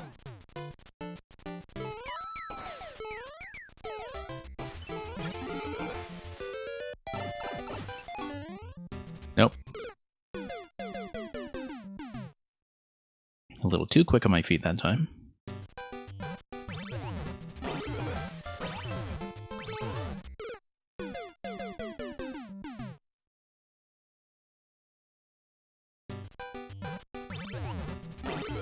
And back up we go.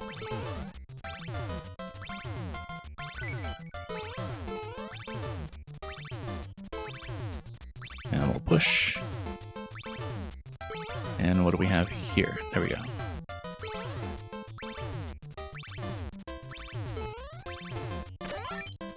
Yeah, getting more and more comfortable in that location. Whoops, slipped a little bit impulsively.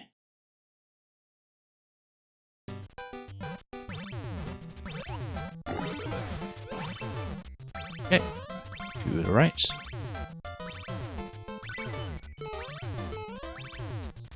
For some reason, reminds you of someone from the game Psychonauts. Yeah, that's not a bad observation. Wind Waker did come out first, of course, but a lot of the Psychonauts designs do have that kind of wacky geometry to them. I haven't played Psychonauts in probably about a decade. I know there is a second game coming later this year. I don't know...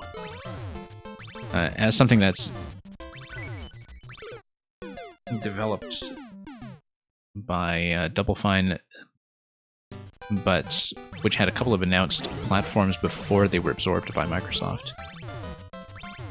I don't know if it would be wise to eventually hope for something like a Switch port, in the same way that Microsoft gave the Switch audience ports of games like Cuphead and Ori and Ori 2.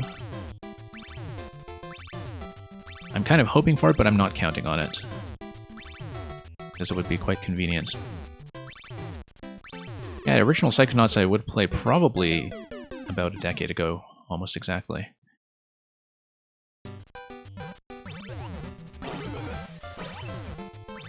I remember one thing that struck me about it at the time was that the Milkman Conspiracy chapter was really one of the few true precursors to Super Mario Galaxy. Like, it was one of the only kind of spherical surface platform designs that actually predated what Galaxy was doing. And of course, it wasn't something that was using, advanced gravity mechanics or anything that was developed into the Galaxy's engine, but it would have been, for a lot of people, their first introduction to that kind of concept. And of course, I only noticed that because I only played Psychonauts after both Galaxy games had already come out. Whoops.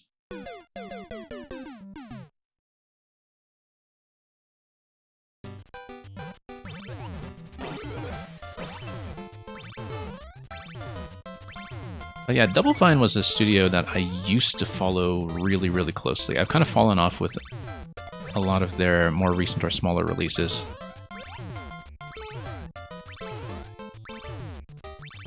But of course, I was a big fan of Tim Schafer's work with LucasArts back in the 90s and so. Always had high hopes for whatever Double Fine was doing. But I don't think I've actually played something by them since Broken Age, formerly the Double Fine Adventure Kickstarter, which was actually the first video game to make a really big splash on Kickstarter, if I recall.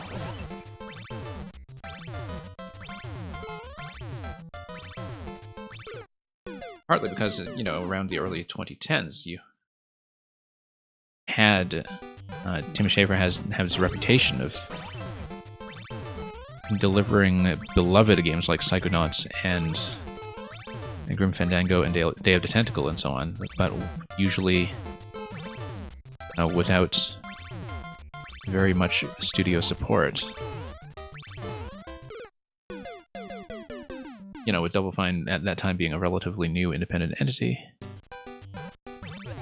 And the old LucasArts just disappearing.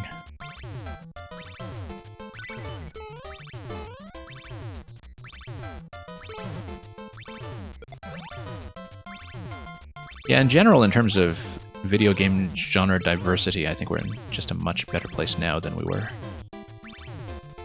a decade ago.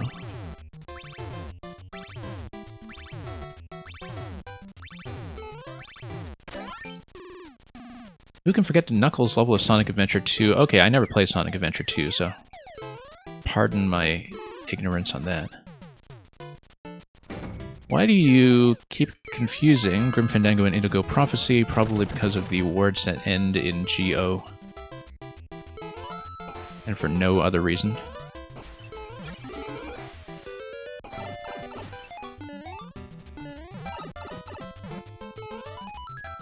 No, I totally could have made it if I didn't land so far off the edge. I was holding the up input going into that door. I just didn't expect that my landing would be that far off. But as you can see, the timing is okay. I actually did have enough time on the invincibility frames to make all that with the jumps I was doing, even though they weren't really exactly crisp. They could be much cleaner, but you know, we make do with what we can. And hey, Spikinator, welcome. Thank you for the submission. We'll hopefully get to you fairly soon, and what, by my standards, is a fairly short queue. And we'll see, though, because I've been pushing against this one for a while, and we'll definitely try to make it happen first. Nope.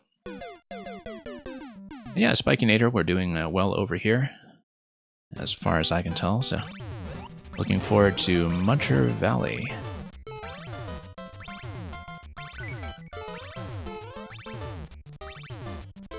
Yeah, started out a little bit rough in terms of completion, but then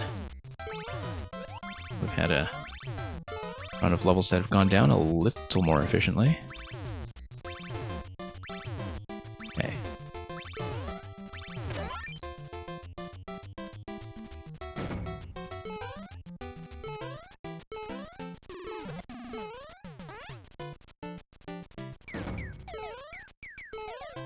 And yeah, Mail64, recently I've been playing a lot of indie games on this stream in the midweek sessions, and one thing that has really struck me is just the sheer influence of Galaxy in ways that I didn't expect. The first game a few years ago that really made me take notice of this in terms of Galaxy mechanics really being explicitly alluded to was, of course, Celeste. But then I was playing a bunch of stuff that, you know, would have a section that would make me say, oh yeah, this is the Galaxy section. And that the gravity mechanics are just everywhere in the indie space now. Because there was a section like that in Greece, there was a section like that in Shady Part of Me, which I played earlier this week. Which isn't really a platforming-focused game, but definitely had something to add to gravity-based thinking.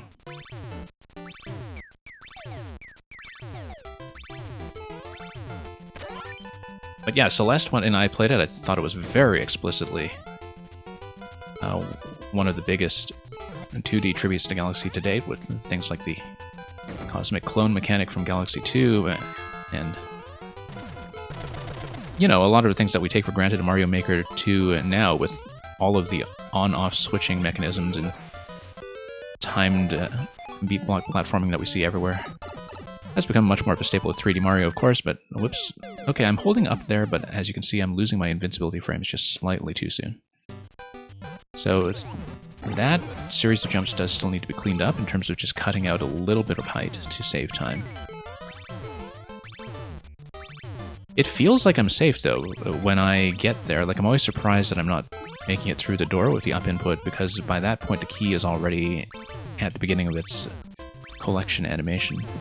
And the collection in the engine should be detected as instant, which means that I'm probably just something like a frame off.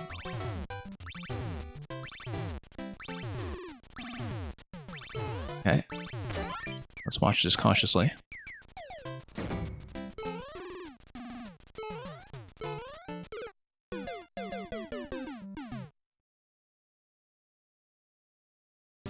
Yeah, getting closer here.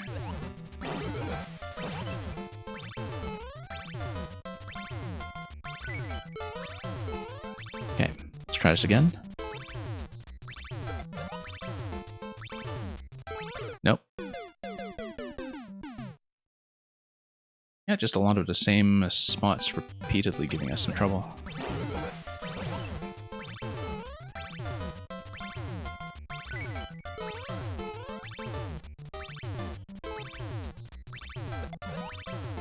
Okay, down we go. And let's watch this carefully.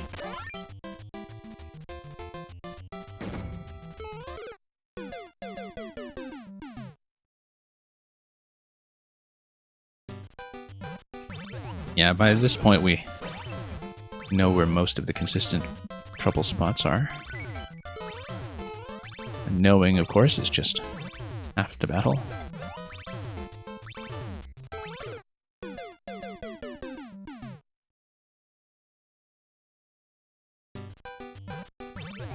Yeah, I do need to estimate that corner just a little bit better.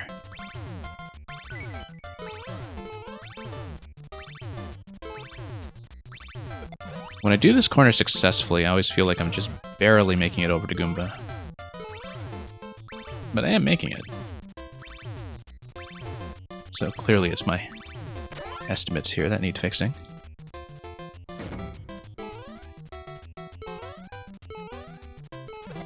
Okay, next segment here, let's make sure by the time we get to the SMP2 mushroom that we can cut back a bit. I feel like I'm actually collecting the SMP2 mushrooms slightly too early, but at the same time, I can't really shave much.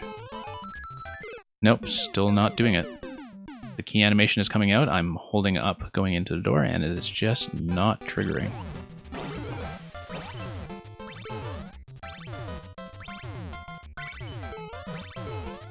Yeah, it feels like I am collecting the SMP2 mushroom just slightly too early, but I only have so much control over that in terms of getting up to chase it before I take damage.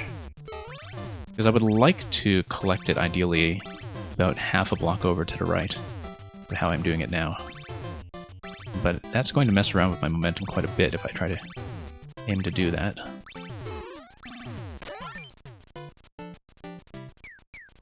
So we'll see if we can make that correction. It could really buy me enough time, though, to make sure the invincibility lasts long enough. Okay. There we go, that's a slightly later collection. And yeah, just slipping right off before I can enter.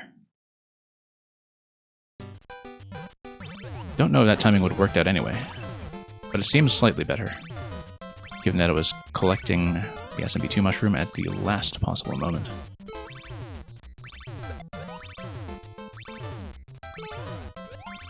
Alright, let's try this again.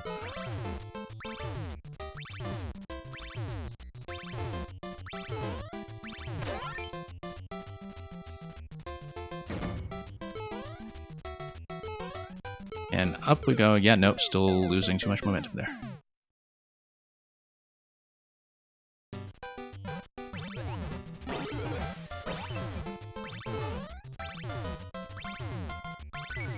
Which is the point of that little challenge.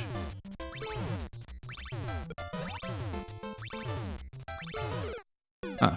Thought it was going fairly late that time, but too far to the left, I guess, on the way up.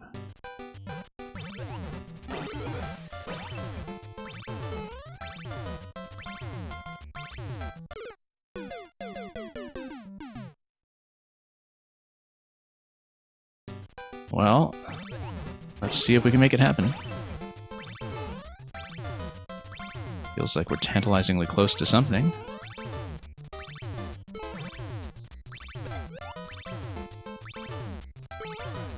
Yeah, nice and late is fine as long as I get off the edge of that donut block.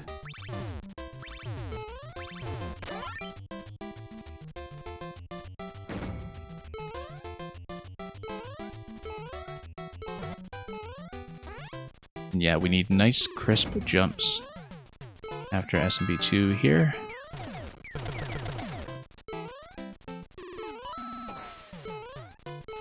And that's fairly generous. Whoops. Don't know how that happened.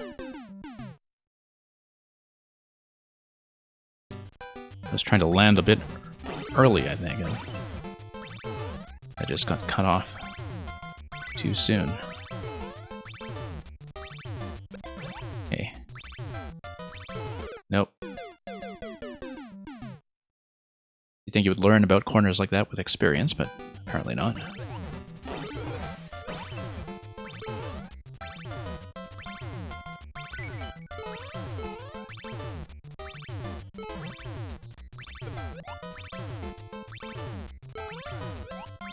Okay, let's get over here. Nope, next cycle.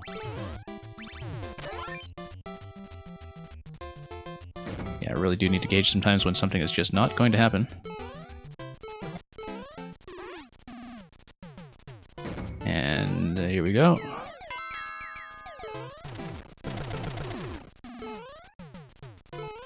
And up. Okay, just barely making it.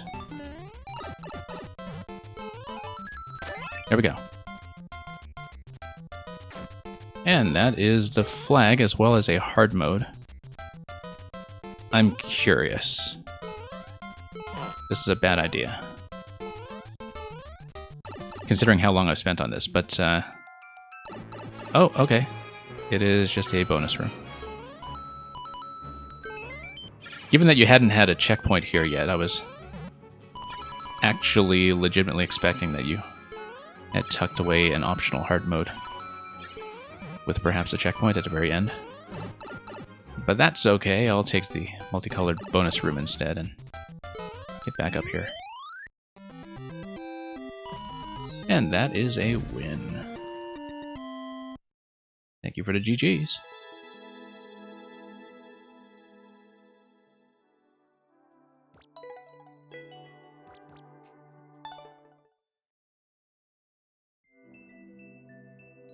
And yeah,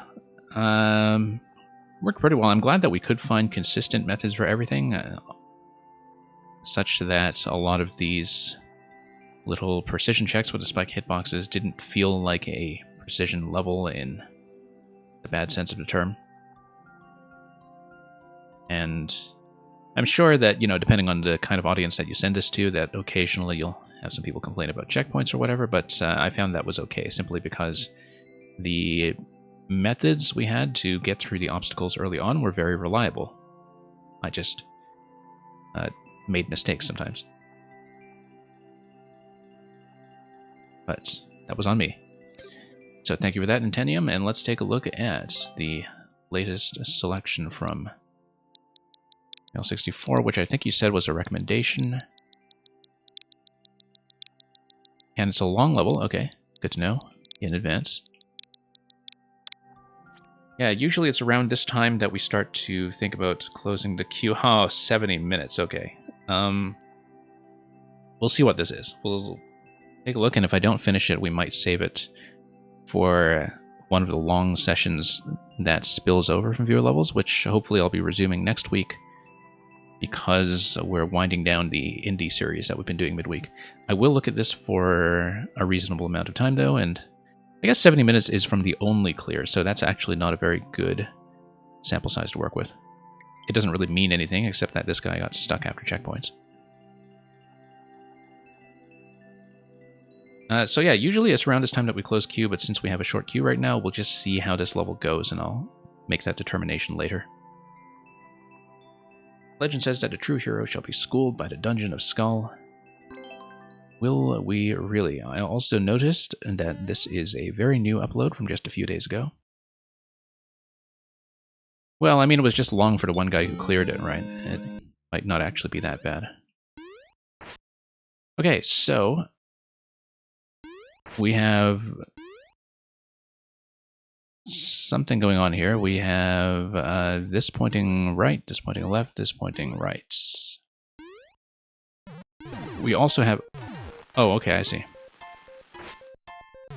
What it probably is something off-screen, like a mole or something, like that you have to enter a particular sequence to drag a mole that falls down blocks or something like that.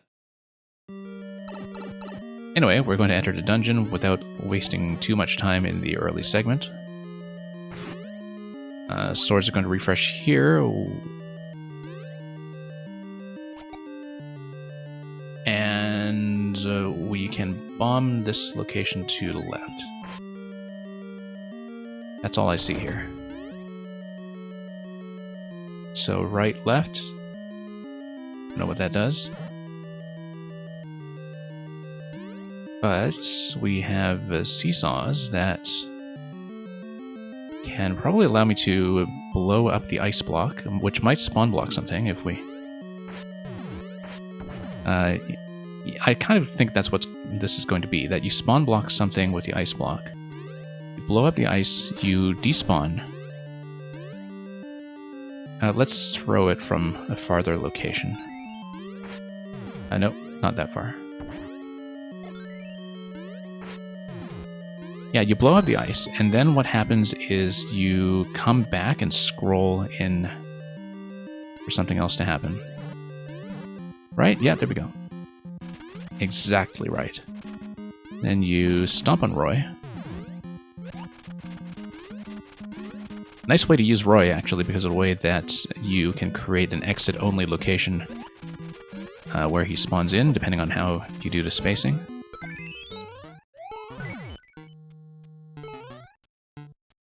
And Nintentium, thank you for Factory of Doom.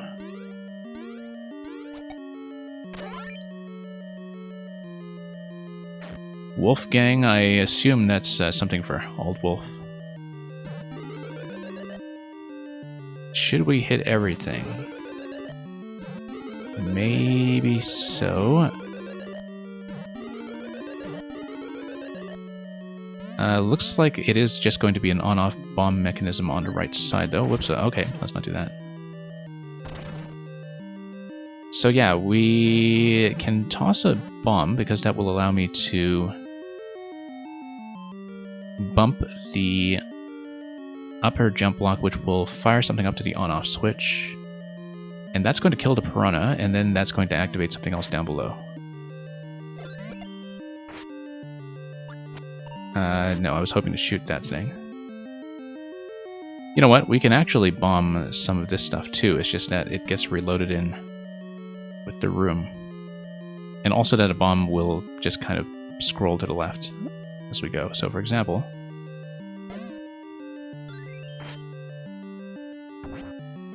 no, you know what? We're going to do it this way. We're going to do it this way. Watch this. Come up here.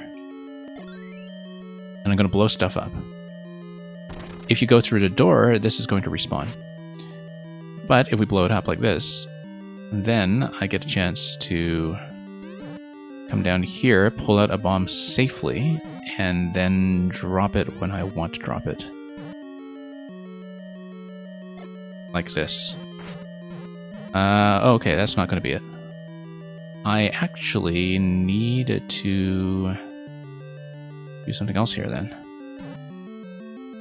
Oh, there's comments. Okay. I didn't realize that. Like developer comments, or? Oh, okay. Something about Pegasus Dash, then. Oh, I see. So we need to actually refresh this. That's why there are vines in it, in case we do it like that. And Militant Mum, thank you for Short Precision Wolf's Forest. Yeah, I suppose we are supposed to squeeze through this. Dash and then jump repeatedly, okay. Yeah, I suppose we're supposed to be carted over. I don't necessarily see. how this will go. Yeah, I guess the bumper gets out to the right just far enough that we should be able to coast our way in.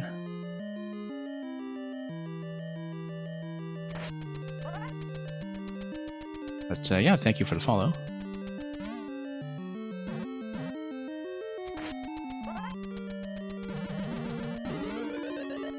Okay, I don't see how we're supposed to bust across here, though. I mean, like, there's this very narrow margin where if you develop enough momentum, then maybe you're able to get across there, but there's nothing that's embedded in the lower jump block, and we know that. Yeah, I can see why this is maybe a little bit difficult to do undocumented if we don't follow the instruction as needed. I don't know if this is something that's going to work reliably. No.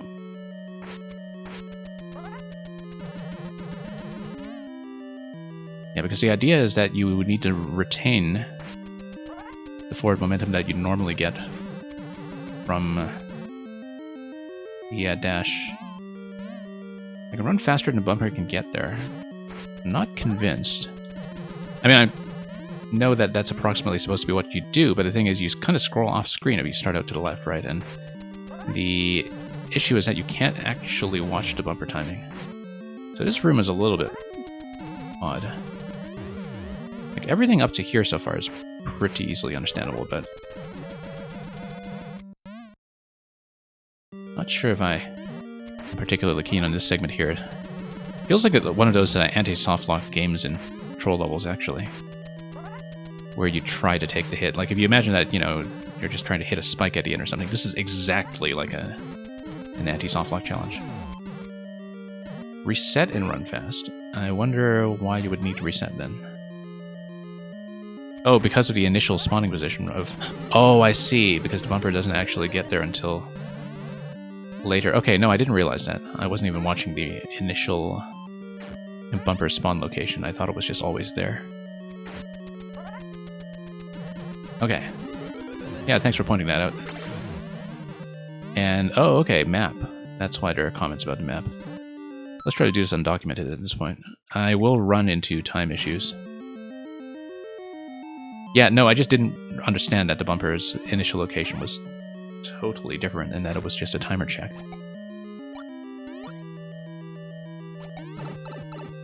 And yeah, doing the on-off switch reveals the map in that last segment as well, so that's kind of a nice little way of pretending that you have some dungeon map collection here.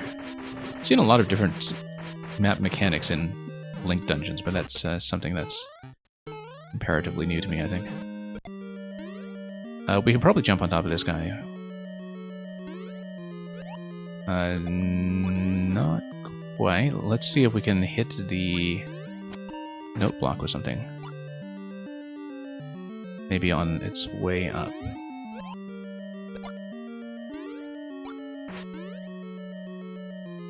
And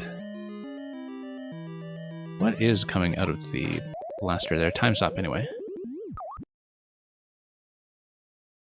Yeah, we probably should do this with comments on if that's a recommendation, but that's okay. Maybe...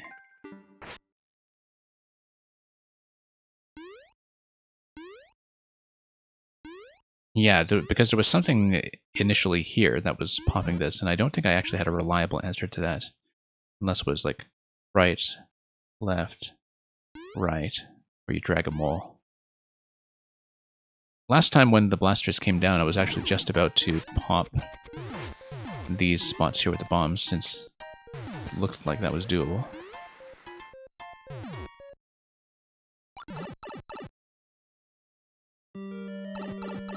Okay. Anyway, let's bomb this location here.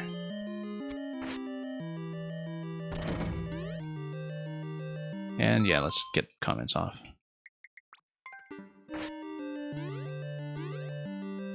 Bomb toss over here. Nope, missed. I said bomb toss over here. Then we get Roy.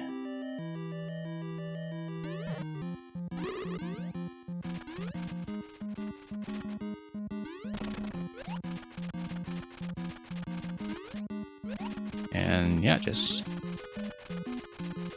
go through this and whoops.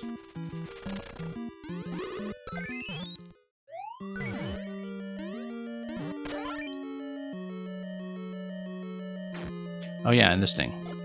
Let's reset.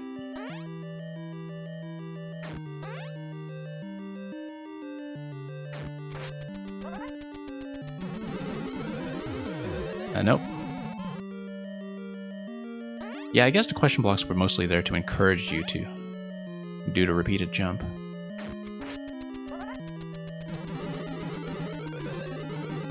Anyway, going to get squeezed out.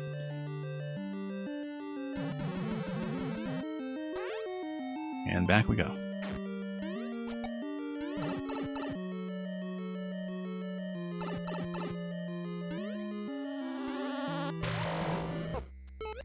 Okay, so we have a couple of different elements here.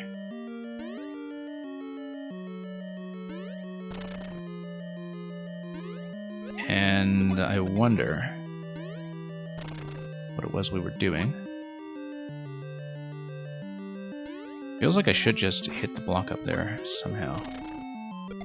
Like hit it from below over here. If I can. Whoops.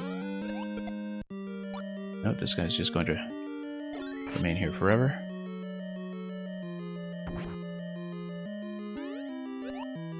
Again, hopefully tap it with a sword if we just get within range. Nope.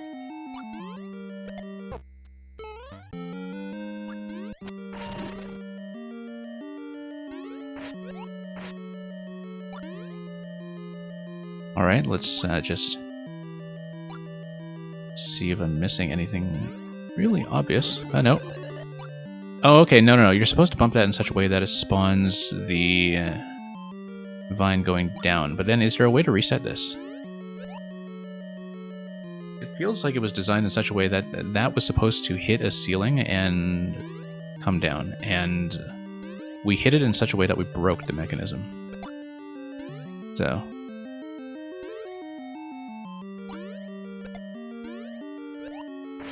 I think we might actually be stuck. Because let's try to bounce up there just to see what the ceiling is like, just to see if we could have done that differently. But yeah, I guess we were hitting that just on a part of the slope that failed to obstruct it. It should still be okay. Interesting.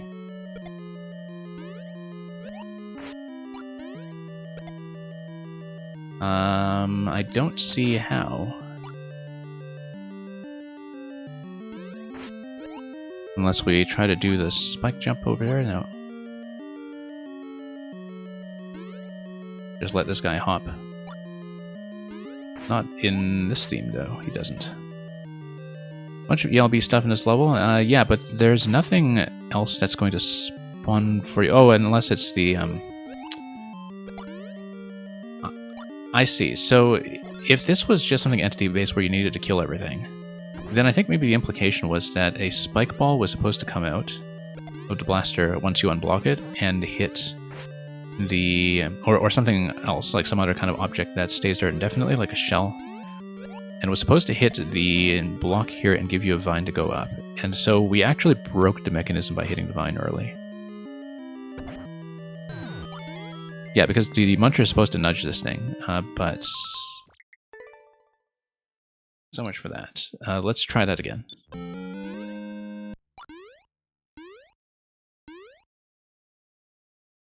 Yeah, I feel like this is definitely a case where, you know, the ideas here are clearly ambitious, but the creator definitely did need to come by here for a playtesting pass, just to find stuff like that. Yeah, I did hit the vine from the bottom because it's clearly reachable by jumping on top of the,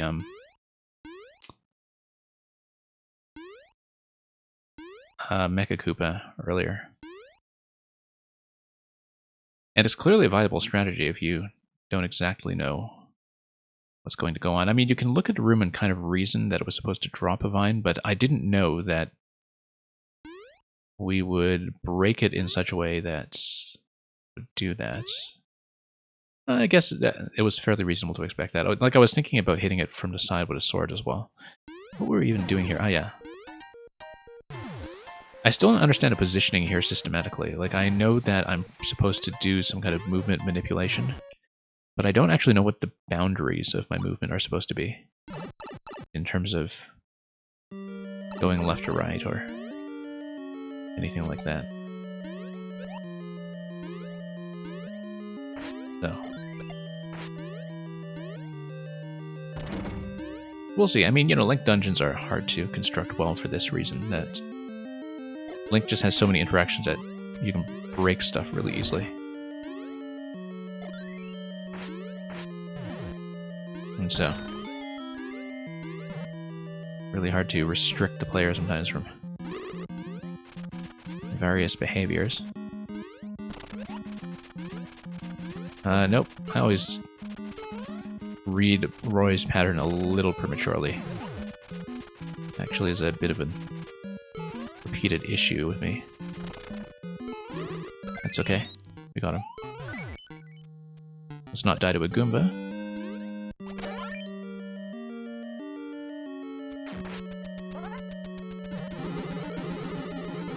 Okay. And map this out. Hit the last block just for completion.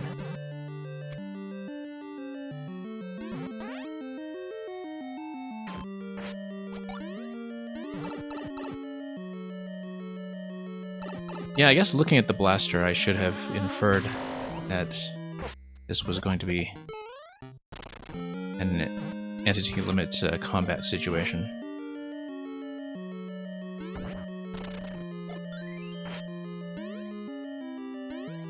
Well, this is also a level where it's doing that with some rooms and not with others.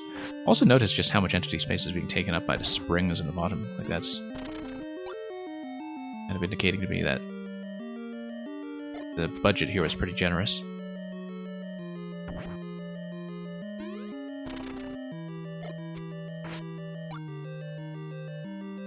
Nope, too early.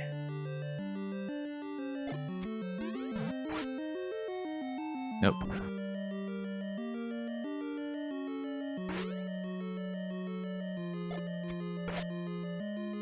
Let's just squeeze this guy over. Nope.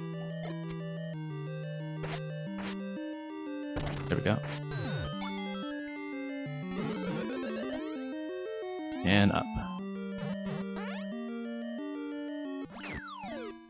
Okay, so yeah, this is a checkpoint that's supposed to drop you down below after a different interaction. Oh, no, I see. It's a split checkpoint. Yeah. Bumper over here. That's interesting.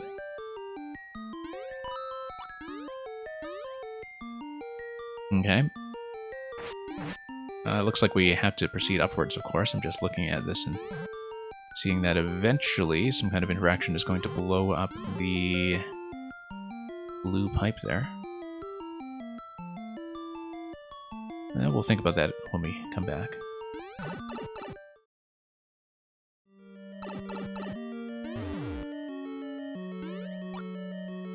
Okay. So, icicles here are not going to drop because they're the darker ones. Let's see here. We do see an on-off switch to the right that can be activated. And that's going to spawn something from the red pipe.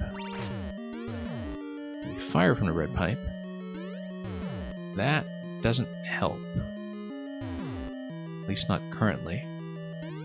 We do need a shield into it. If I shield into it, it's going to deflect onto the ice. It's not going to deflect up here. We do need to come up here. Yeah, there we go. Now we're set. Because that's going to drop the cannonball accordingly. And then I need to do something around that cloud, probably a bomb, because that'll allow me to drop the cannon off the ice block. Let's just do this a little bit more accurately. But the interaction is fairly clear. Unless it's an arrow shot towards the bomb up on the right. It might be. Because that's the only way to fire towards that bomb is with an arrow going into the bumper. And because then the idea is that you drop the other cannon that's on the right side. So instead, I'm not going to do it that way. I guess we'll do things however we managed over here. This is clearly an arrow shot. And then that's a one-way panel. And then POW is going to kill the Muncher, and then we get another POW if we want to use that for something. So yeah, I feel like we did things a little differently here just by bombing that one block rather than shooting the bomb that was already provided. This thing over here, I wonder what it does. It might be because there's that checkpoint that comes in through the skull that there is a change in on-off state later that's going to manipulate this room. And yeah, if it works, it works. It's a way of putting it. I mean, obviously if you respawn from checkpoint, things are going to be a bit different from when you do it in a single segment, just given that we have blown up the block, and that's going to be a state change. So let's see what's over here. Yeah, we can achieve lift. And I wonder if I can just bump this guy, yeah.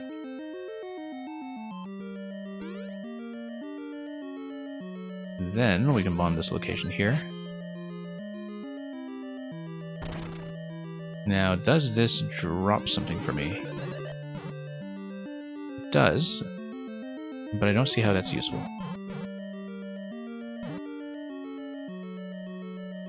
Okay, that platform is going to go somewhere.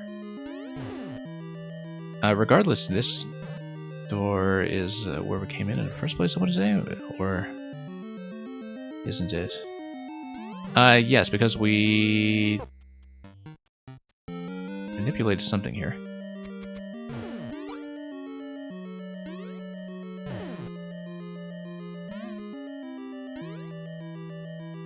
Looks like this spot underneath the blaster is very vulnerable. But anyway, yeah, I reversed over here. I don't know what was going on with the red blaster. Let's take a look at it. Oh, Muncher spawned over here. That's new. That's new. That wasn't here previously. With something like a spiny hat, I could kill it.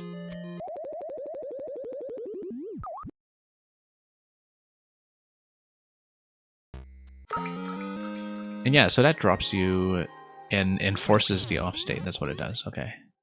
That's all it does, in fact. Well, we can try bombing the other thing this time to see if anything changes. So, for example, I bet we can. No, we actually do have to drop a bomb on the left side first, and then we bomb the right one, and then that drops this guy. But why would we want to drop him? We made plenty of use of that earlier. I guess it's not really required. Anyway.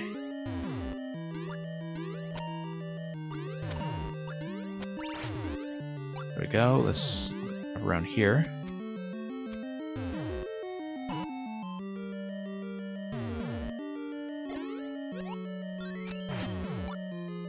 Okay, so that is fine. It's just that we do need the arrow shots to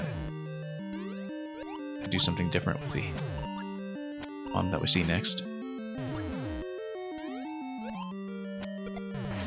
Yeah, so let's try dropping it this time just to see what happens. I expected that to happen. I don't know why that's useful though.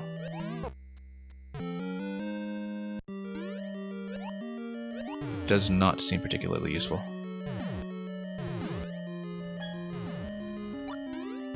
Anyway, let's grab the POW.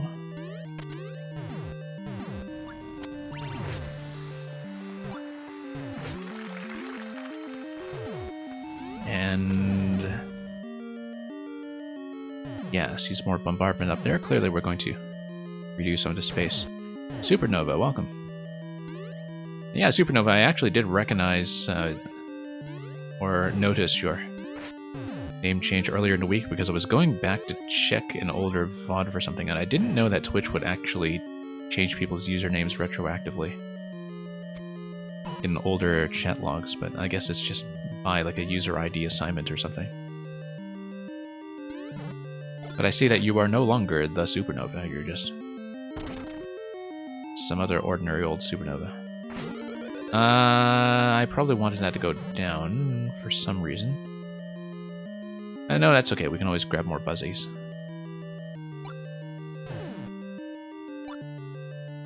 Was this here that I came up in the first place? Yeah, and that's... Oh, I see. Snake block just gets me back down. Let's just reset here. Yeah, Supernova, thank you for the quick playtest that we're going to see from you in a bit.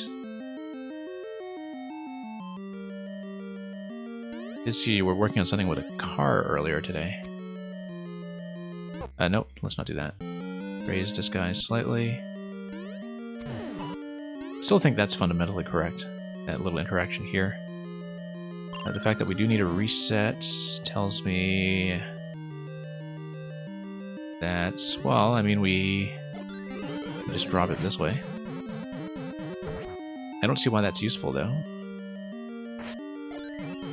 Nor do I see anything else we can do with the Muncher unless we have something like a spiny helmet to knock it out with.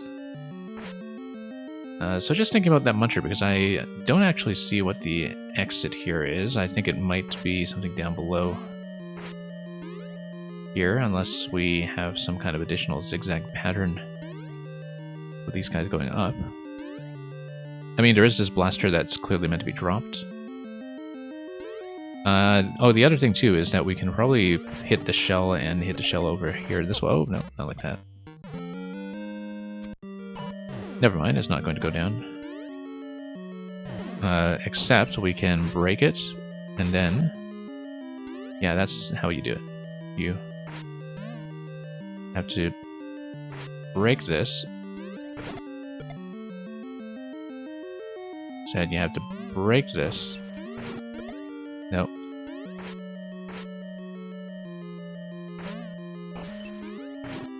Nope. Yeah, a little bit fussy. This has got to be it, though, in terms of dropping the blaster. It's the only thing I can see. Nope, still just missing. Nope, no room.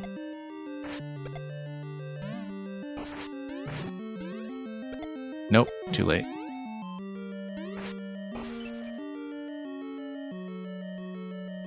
Okay. I will be closing the queue before I'm finished with this level. But we should be able to get through everybody after that. I'm fairly sure. Okay, this is going to send me what? Master Sword, okay. I guess we need to be pushed down through the bumper and then probably deflected out before we get crushed completely. Okay, and then... I mean, it looks very much like the Muncher needs to die to something like either a POW or a... Not a shield bump, not from this direction, but... Let's think about this. I feel like we could probably do some kind of stacking interaction that would raise the blaster. Nope, not like that. Yeah, because that just gets crushed.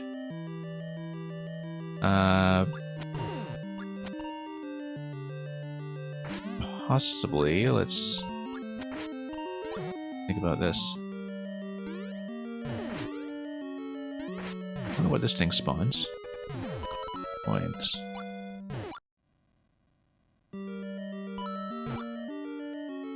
So we have this little diagonal thing here. I don't know if it's referring to anything else we can do. Oh, I see. There was a ground block to the left. Okay, so I can only move to the right in that segment.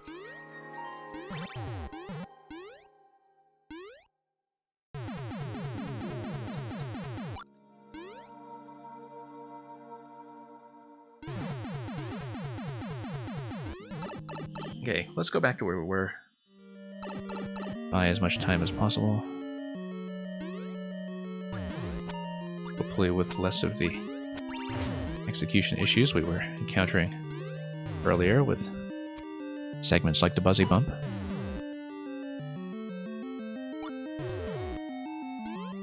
No, let's pull at the bottom and advance.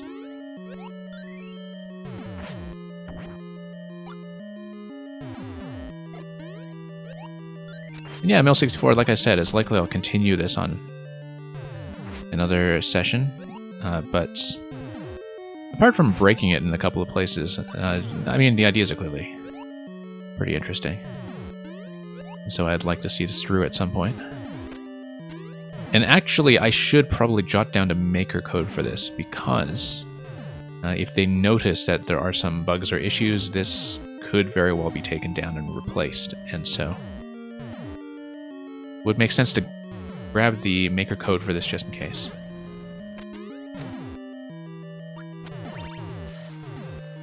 There's a map, a compass, and an item on top of keys in this level. Huh, interesting.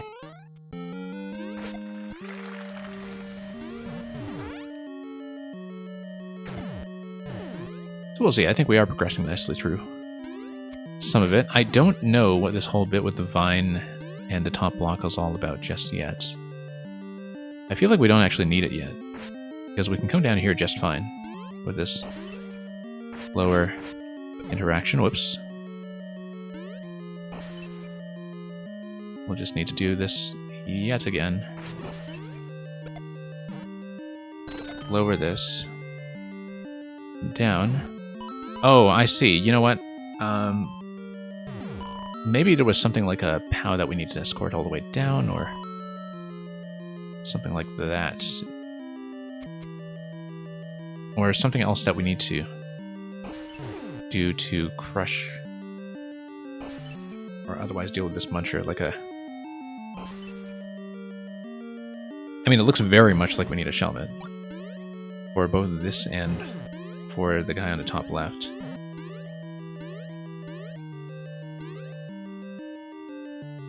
But I wonder if there's something else that we can do. Possibly even just deflecting one of these even further. Like if we take this down. Oops, nope. Let's grab another sword.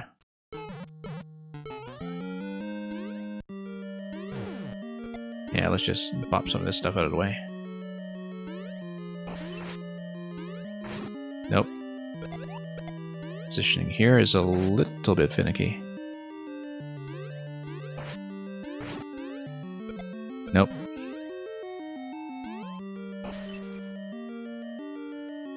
Let's just do it again. And then, yeah, that just stays here. I think maybe that doesn't do anything useful for me. So, this guy's no longer bouncing for some reason. We had it on the track earlier, going up and down, and therefore able to take me through to the right side. I don't know why it's not doing that now. It's not on the track at all. It just seems to have fallen off. I wonder if it's a spawning issue in terms of us going up and down. Because you see how I think the blaster initially spawns from this location, goes up a diagonal, and then falls into this track here. For some reason, it failed to fall into the other track, probably because of my movement pattern. So.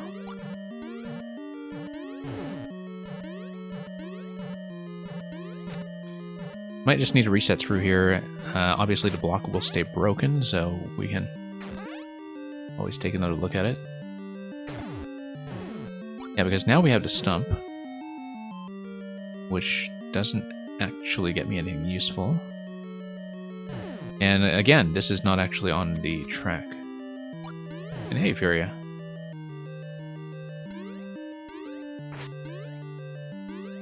So yeah, I mean, we know how to get up there. We see that it's mostly just a 30 coin as well as a vine that gets you up there, as well as one last muncher that's in that location.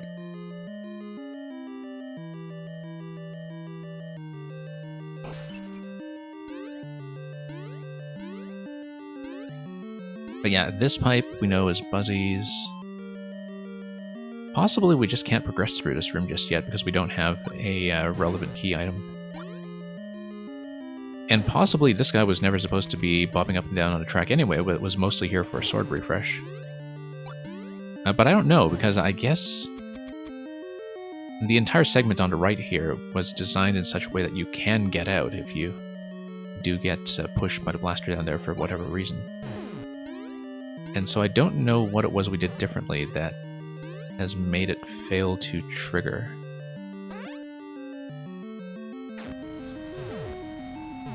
Anyway, we have to pow down here. We don't really have a different on-off state from what we had here before, I think. Blue platform, top left of that room. Spikinator, we had seen that already, unless you had another idea for it. You think that pushed the launcher onto the track? Oh, you know what? That's a good point. That is a good point. So that's the interaction that we had earlier, yeah. Yeah, so that's the purpose of going up there, which I didn't notice because I didn't pay attention to how that would fall upon the lower diagonal track on the bottom left. That's a good call.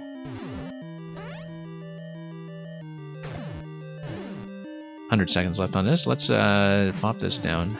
Yeah, because I was thinking the sort of deflection on the aerial ride here is too interesting to just be a 30 coin. No, let's raise these guys slightly.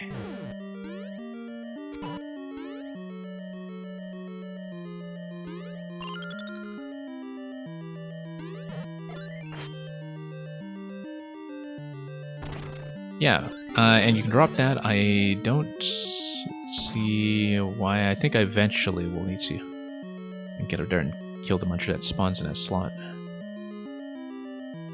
And yeah, that does start to move it. That's where the platform's coming from. That's right.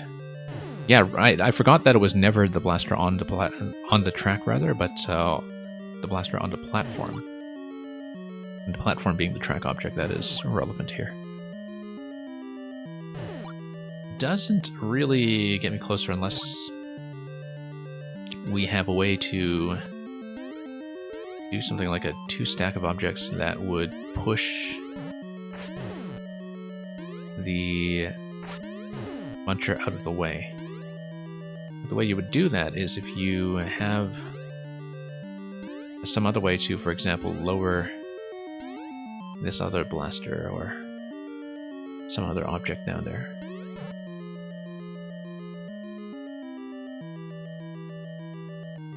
You know, where I feel like we could stack objects that eventually create a pushing pattern. But yeah, so Mail64, I think we'll continue this at another time. I will jot this down for later because we have done some puzzle days and some Link Dungeon specials in the past, and despite some of the things in this level that seem a bit opaque or maybe are encouraging you to look at the comments, some of the rooms are interesting enough that we should push through it at some point, but at this point I do want to close the queue and make sure we get through everybody else. So thanks for submitting that. Like I said, I do recommend jotting down the maker code for this person just in case. Because I guess they've been getting through a lot of dungeons lately, but if somebody actually points out some of the issues with the rooms we saw earlier, not impossible that something might be revised, so. Yeah, Teramis is a 70-hour world record, but it's 70 hours from one clear, and so for me, that's not interesting information. Notice that the clear check time really does use up the whole bank, though. Or very close to it. Yeah, I think we could solve it. I think that some of the puzzles are maybe, you know, hit and miss. We'll go back to it at some point. And I'm sure, Teramis, given your record on some puzzle levels in the past, that you'll just grab that speed record in no time.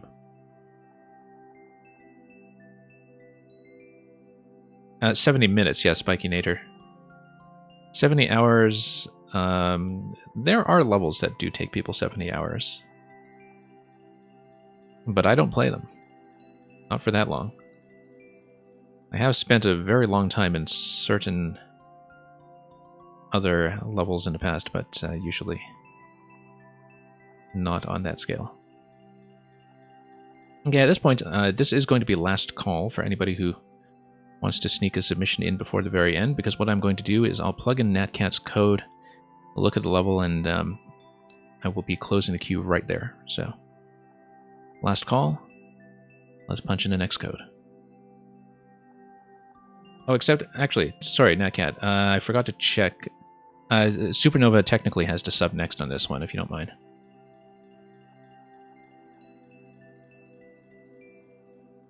I just completely forgot to check, because we haven't had that many subs come by lately. So let's do Supernova's first, and then we'll do Natcat's suggestion after that.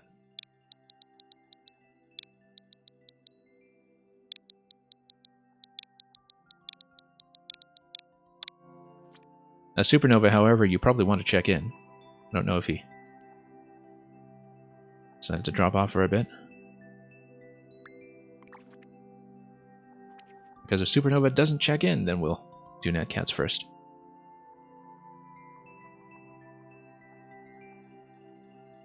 Yeah, Mill64, apparently, if you're talking about Chain Chomp Brayden's Trials of Death or whatever it is, which occasionally still gets streamed in the Maker 1 category, apparently he found some way to kind of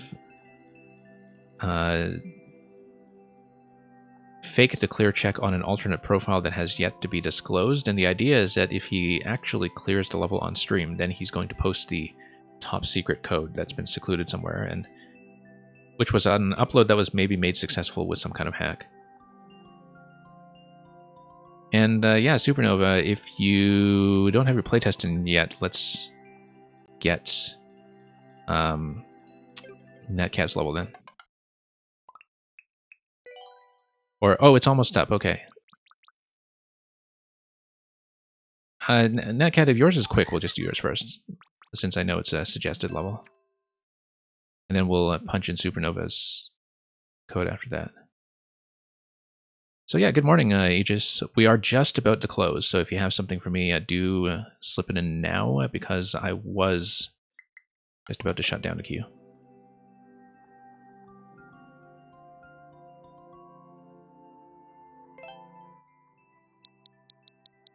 Yeah, Natcat, let me just take a look at the clear rate on yours first, and if we can do it quickly, we'll do that to kill time while Supernova gets that clear check done.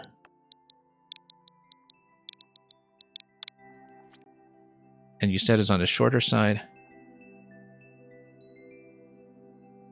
Yeah, we'll do this quickly first, and then we'll pull in Supernovas. We'll just keep up with the original order here. Yeah, do please be quick if you want to submit anything, because Furia, because I am shutting off like right about now. So first though, I'll try to point my translation engine at this thing and see if we can make heads or tails of the Japanese text. The title is a jump sensing tank, like a jump detector of some sort. The illustration is an image, it says. Something posted in August and died. Oh, okay, no, I think this was maybe like a level that was, if I understand it correctly, might have been posted in August 2020 and got nuked and then was re-uploaded in November of that year. Maybe. That might just be failed inference from a language I don't actually speak. Okay, Feria, thank you for submitting. I'm going to close right now. I'm going to take a moment to update the stream information accordingly. So the order is going to be this suggested level from Netcat, then Supernova because of Subnext, and then we'll go straight down the list for the rest.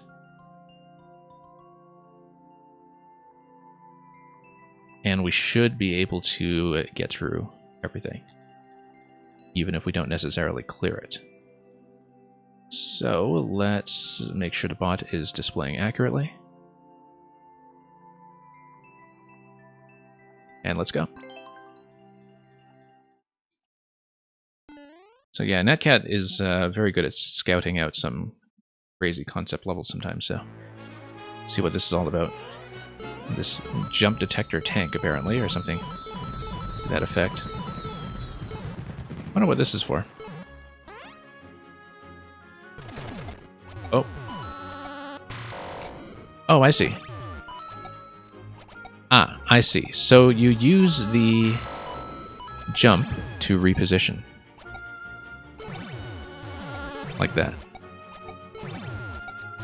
I'm glad I read the description ahead of time, because then, you know, otherwise I'd be spending a lot of time just reading this to understand that it is in fact a jump detection mechanism. I wonder if this is time survival. I think it is, because we don't actually have much else to do here. Oh yeah, no, it's actually survival with the Mecha Koopa shooting everything, so you just needed to position it in such a way that would blast everything to the right, but I was mainly just prioritizing getting out of the projectiles. Okay, I was wondering what I was going to bounce upon at the very end here. But yeah, very quick jump detector mechanism that you can see in the top left using the interaction of SMB2 Mushroom with the slope. And I guess the cooldown time is just set by the bomb resetting through the red pipe. So yeah, really neat. I love how instantaneous the action on the main component is. I assume that it's just some kind of conveyor pushing going on down there. But really neat use of that. I think I do want to take a quick look. I am not using a controller that will allow me to magnify, but yeah, I was just kind of interested in seeing how the lower level is constructed to make everything go up and down so quickly. You can see the sort of safety buffer with the bumpers all the way across in the final room over there. And everything's sort of built on the bottom half. It's just a raising and lowering mechanism. So. Oh, I see. Yeah, no, it is done with stacked conveyors. That's what it is. It's done with stacked conveyors that would allow you to have something clinging onto the side that is doing the push up and down. That is how I understand it. Yeah, Mill64, thank you for coming by. And you have a good day as well.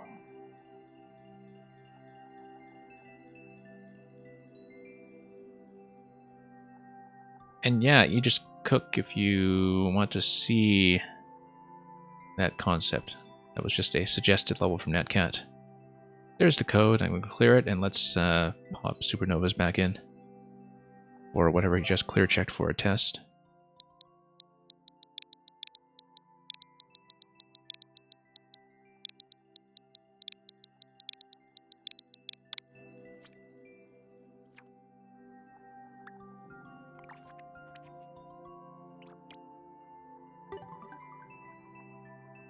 Supernova, I know you were kind of holding the clear check for me. Would you like to pop that in quickly?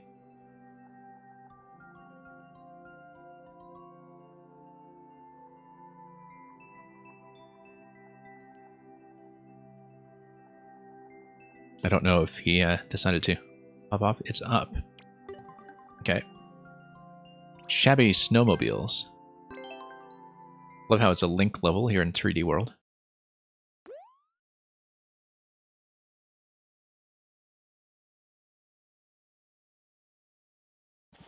And yeah, Nat Cat, totally understandable if you need the spoiler avoidance. Thank you for coming by, and once again for showing us a new concept. I needed to jump out of the car there. I was too busy talking and looking over at chat, which is not something that is safe to do when you drive.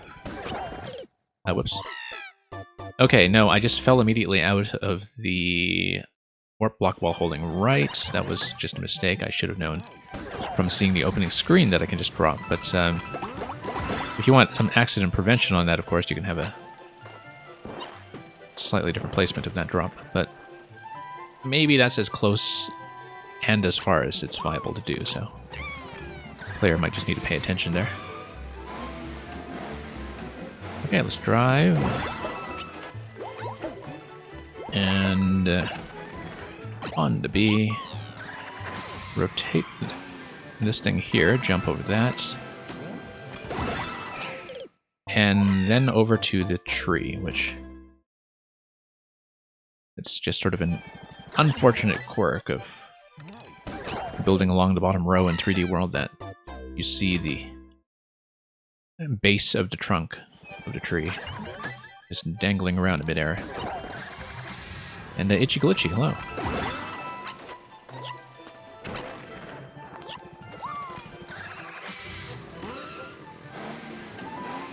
Okay. Yeah, pretty understandable right away that you do just need to hit the block as soon as you get into it. I felt like I was able to just do that reactively without really even thinking about it. Same with that jump over the Podoboo there. That seems to work pretty well. I'm going to peel off all that snow in a tree. And then back down. Okay, good. And, oh no, just a little early off that jump. Very clearly, just a wall jump to the left. Yeah, Itchy Glitchy, I just closed the queue a few minutes ago because we're running a little bit long. But if you are still here at the end, sometimes if I finish ahead of schedule, I do reopen for people who didn't manage to get their codes in initially. Let's not hold right there. So we'll see. I can't promise that at this point because we do have a couple of people to get through first. But Itchy Glitchy, I also do run viewer levels in the same time slot tomorrow if you don't manage to make it into today's queue. Oh, whoops. Bent a little too far to the left. Over there.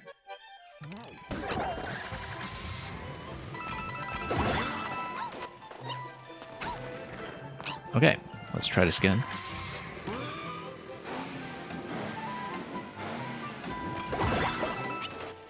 And up we go.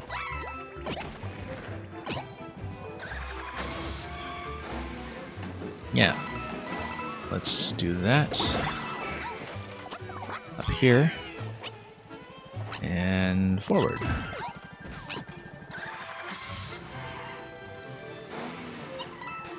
Okay. Pretty straightforward there. Now that's going to slam into the switch and then we jump off like that. And that's checkpoint. Looks like we probably need to jump out before we hit fire. That seems pretty understandable. Oh, oops, nope. I didn't mean to long jump there. That was just a mistake. Meant to be a timing challenge, but you guessed that works too. Which segment are you talking about as the timing challenge? Whoops. Same mistake as always. Just holding right into the door all the time. Let's not do that.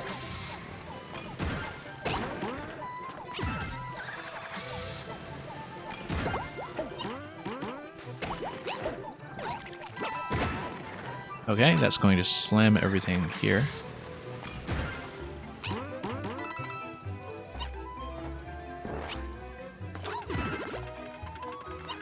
And whoops.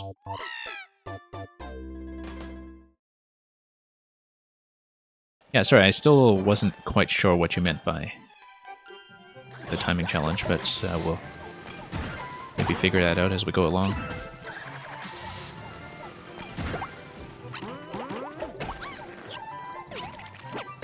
And yeah, I like that setup there in terms of how the car gets spawned into position. And you just lower the same car over and over. Whoops.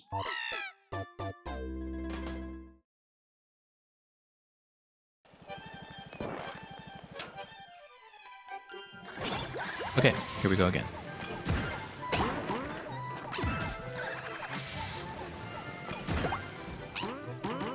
For that first segment here, it was kind of nice how the jump is timed in such a way that it matches up almost exactly with the explosion. There's something very tactile about it. Whoops. Yeah, just need to follow the coin trail a little bit better there before we hit the bottom.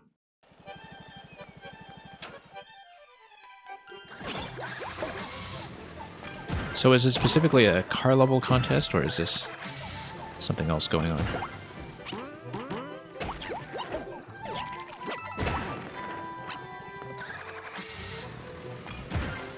And down we go.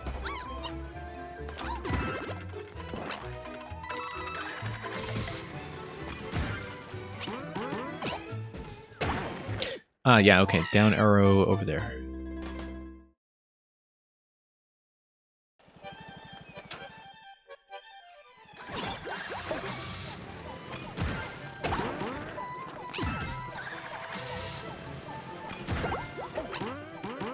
Yeah, it seems like most of the car levels that are viable from a platforming perspective pretty much involve mostly just jumping out of the cars. Like this is kind of interesting in that you're preserving it. I mean, the design here is very much following the logic of something like a Yoshi level. I see. So the icicle is supposed to drop the spring down to the lower spot there. I'm looking at these one-tile gaps with the spike blocks as well, and just thinking about how they're working as drop locations. Okay, let's drop down here.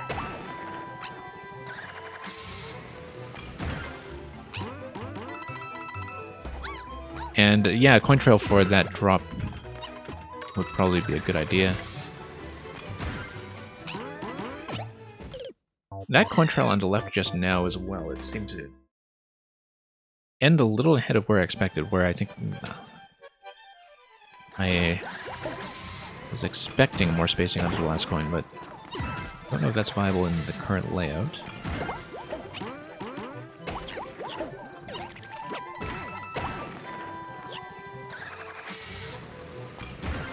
But let's go down and just see what else we can do here, yeah. Oh, the icicle over to the right side. Okay, that's how you do it. Okay.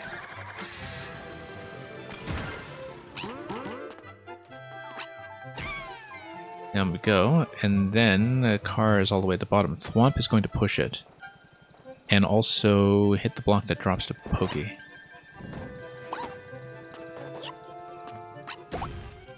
Then we drop down,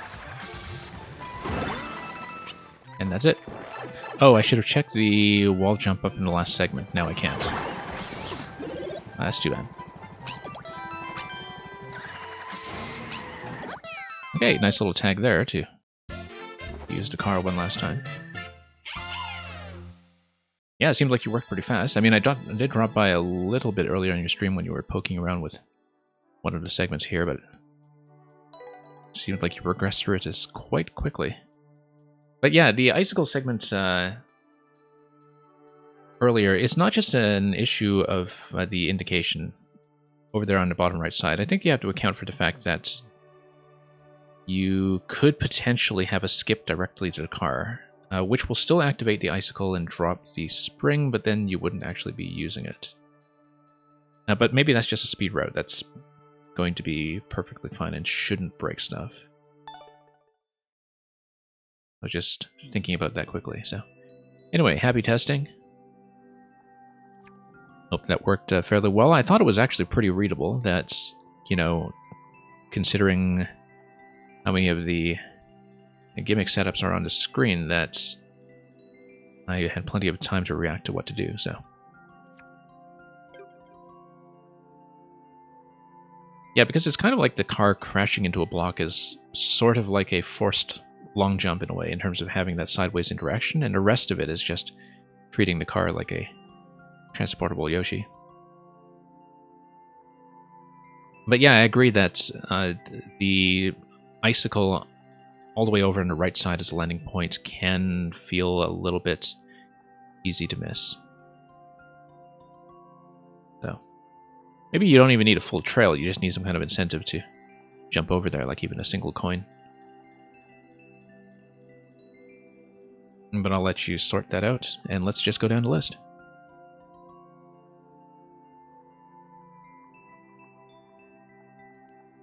Spikinator, you are here. Thank you for checking in. Whoops, 2QJ. And thank you for all the GGs.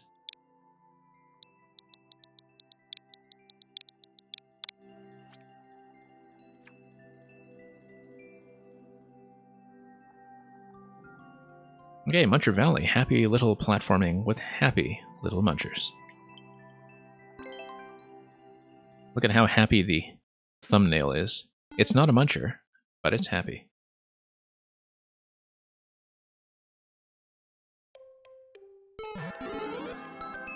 Okay.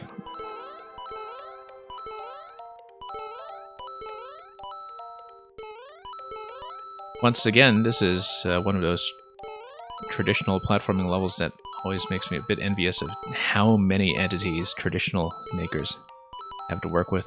I say this every time I play a traditional level that has something like this, which is nice because the munchers look so much better than the one-tile spikes, and of course, part of what's going on here is that they are transportable on the platforms, as we saw later on in that location where we died.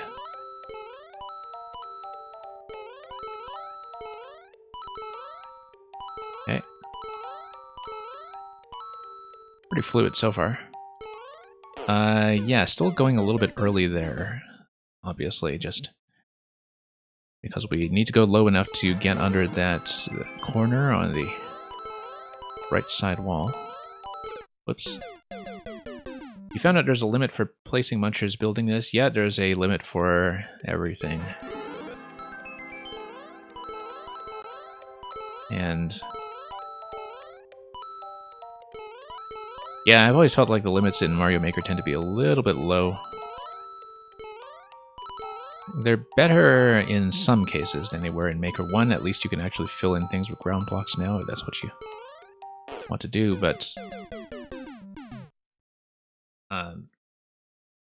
the object limits are pretty tight in the editor.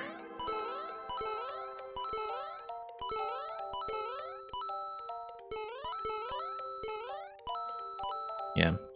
I've been meaning to go back and play some Maker 1 again, actually. And I feel like I'm so used to a lot of the puzzle logic in Maker 2 that if I'm playing puzzles in Maker 1, I have to relearn a lot of things from scratch. And indeed learn some things that I would not have known originally because I was not really as deep into Maker 1 in terms of knowing things at a very fine-grained level.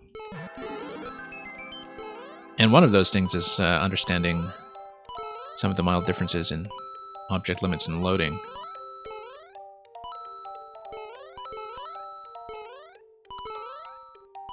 And okay, there we go.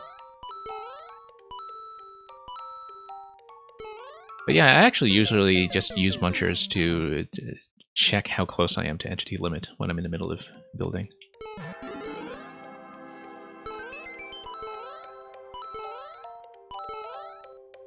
Yeah, Terramis, I personally haven't found pipe limit to be too much of an issue. I know some people have, but I found that in most levels I see that pipe limit is not really going to be too much of a hindrance. The door limit is pretty noticeable, simply because you can only flow around the same space in the main world or subworld so much. And especially because things are gated off with keys and P-doors and etc. that, you know, you have all these different door types now that were patched in late in Maker 1. But still, this very tight door limit to work with. And yeah, Spikinator is not just longer in bigger levels that run into the limit. Usually it's when you work with mechanisms that have a lot of moving parts. Then you really run into trouble very quickly. I mean, everything I've built in this game is, I think, of a pretty manageable scope. Like, none of them are giant Metroid-style epics or anything like that. But I think everything that I've ever built has hit entity limit or editor part limit rather, in both main world and subworld, just from the complexity of support mechanisms that are off screen, for instance. And I think a lot of people who do things like puzzle concepts or dungeons especially, and especially people who do music levels, they really feel how tight it is.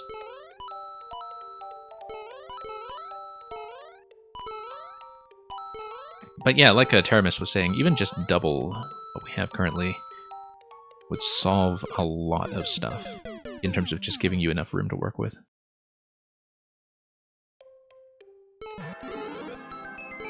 And so yeah, Spikinator is this, I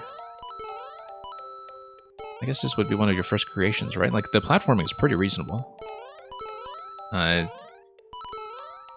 And, you know, the fact that you're using munchers for this makes this look substantially nicer than a lot of what Mario Maker veterans do with spike tiles, for instance. The one-tile spike blocks. Won't be able to do this forever, of course, just because of the issues that you have with entity limit, but of course, if you ever do make more platforming like this that gets you into trouble with the limits, and if you're willing to diversify beyond munchers, things like the saw blades work well as well for controlling a lot of space, since you've just got a 3x3 damage zone on those, or some of the locations that the player isn't supposed to land on. I'm still having a little bit of trouble jumping off that location there, as you can see. The wall to the right side does seem a little bit low, considering that I do need to make a bit of a tightish jump off of that lower platform as it falls all the way down. But we'll see. I just need to refine my timing there a little bit. Yeah, as you can see, if I go too early, I hit the wall. If I go too late, then I hit the munchers on the bottom. It's just a bit of a difficulty spike, I think, because nothing in the level up to that point is that tight, and so it comes as a little bit of a surprise that that spot is quite as punishing. Teramis, you're saying you wish doors and enterable pipes used a shared limit. That's interesting. Yeah, because then I find that often it is true that makers kind of feel constrained in terms of deciding whether to place something in a main world or subworld, and are therefore very constrained by theme, simply because the transitions between rooms have to be balanced between the doors and the pipes having separate limits. Like I said, I don't think pipe limit is something that people hit all that often. But Teramis, I mean, you know, you're making stuff like that Mecha Koopa dungeon and everything. That is an example of a level where you would be thinking that the maker is really pushing against the limits of what you can do with flow, simply because you have things like those central hub rooms.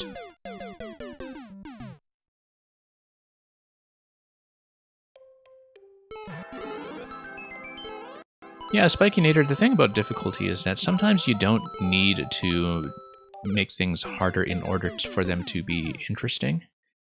It's sometimes enough just to create like a really interesting piece of tension that makes the player instinctively behave a little more cautiously. Like, it doesn't actually need to be tighter necessarily. And I think there's enough variety in the kinds of jumps you have here and the kind of constraints you have that, you know... whoops. Oh, okay. Vertical pipe entrance. That's,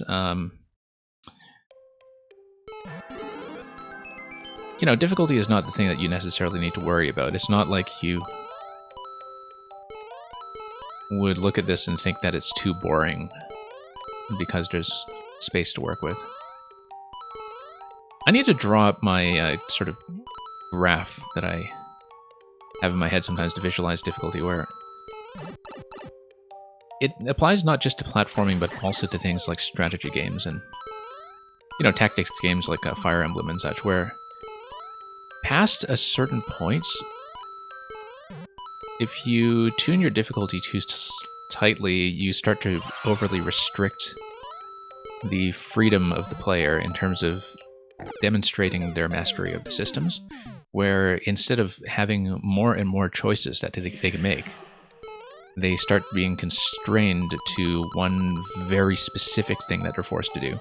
And I find that's when difficulty stops adding to the level of interest that you have in your design. And that's something that is my frequent complaint with things like the really super tight precision levels that are sometimes a big hit with some other streamers. And, you know, some people love that stuff, but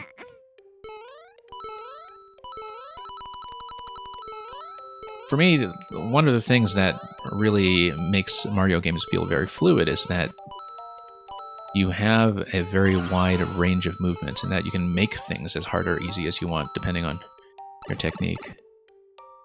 And that you have the wiggle room to do that.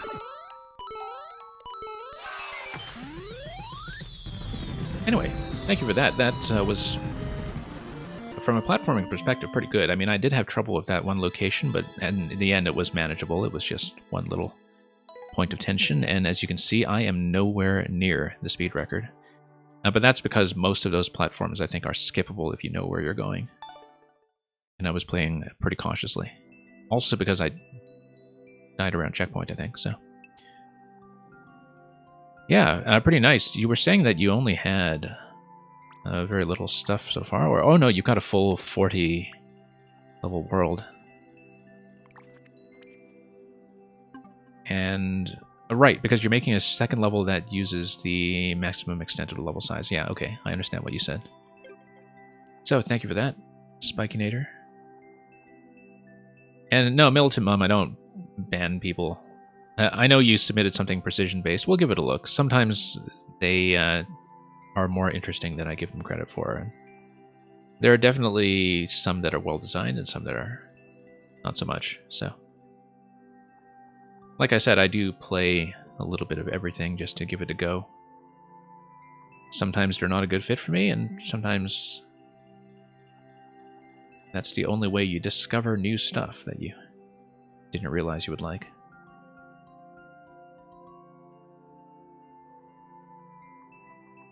So yeah, thank you for the lurk. Nintentium, let's get to your second submission here. And we'll close out with Militant Mum and Furia after that.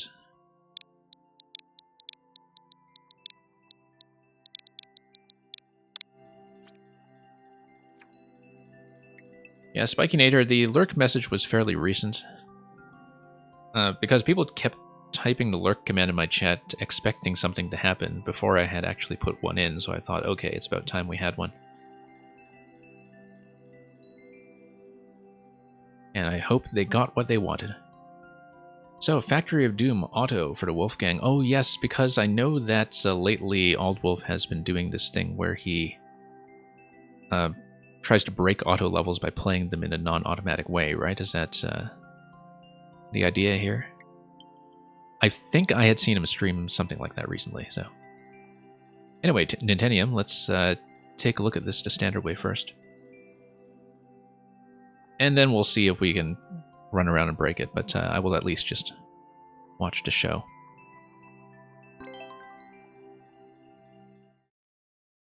Yeah, sometimes what I do with auto levels is I try to narrate them. So Toad enters the Factory of Doom and faces the Wrath of the Wolfgang, which is going to chase him around with a couple of fire bars, but then the boos are just going to be very quickly eliminated, and there we go. He's just going to bounce back and forth and have a wild time dipping into the lava. And up the skull platform he goes, off the cannonballs, and Poor Goombas guarding the end of the level there are just going to get nuked. Okay, I do see that the timing here with the fire bars is going to be pretty constrained. I don't think I'm going to break it. Yeah, the fire bar timing really does enforce this. As you can see, we're right on the dot with the record because the record is just following the standard pattern.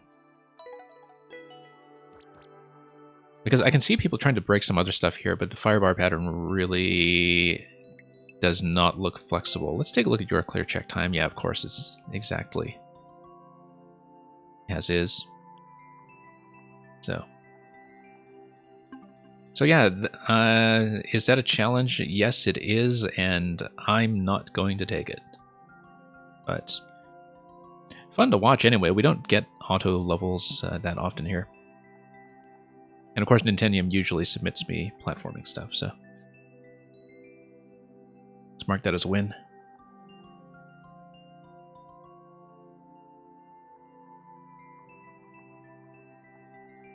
Even if you did try to break it and you did find a firebar timing that would work with the ending, I think some of the level is, like a lot of the level sort of maintains a lot of forward momentum apart from the segments where you're bouncing back and forth on the springs, right? So for the most part, it's not like you have that much flexibility. Like, the only thing that looks like it could potentially be kind of skippable from a left or right perspective would be some of the trampoline segments, but even so, you don't have a safe landing from that. Anyway, just kind of working through it theoretically. We're not doing it. Don't know if Old Wolf has seen it already, but good luck to him if he wants to break it. Anyway, Milton Mum, you are here. Thank you for checking in. Let's take a look at what you have for me at D5, T, X, T4, M0G. And yeah, you warned me that this is something that could get you banned, and that's because it is. For PC the Wolf and its precision, so let's take a look. Clear condition on this one, 18 seconds on the record. Let's see how we do. I see that this is a level that has way more likes than clears, which is often a very good sign, actually, because it means that people who failed to clear it still had fun. Which for many precision levels might not be the case. Okay, so it's going to be this kind of hitbox. Looking over that is 50 coin as well.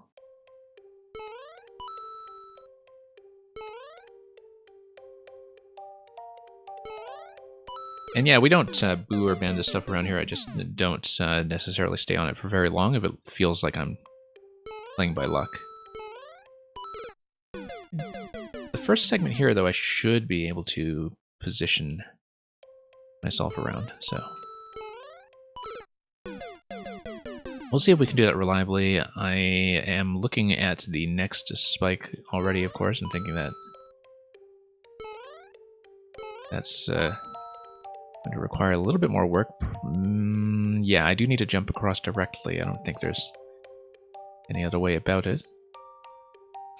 And then drop against a far wall after that.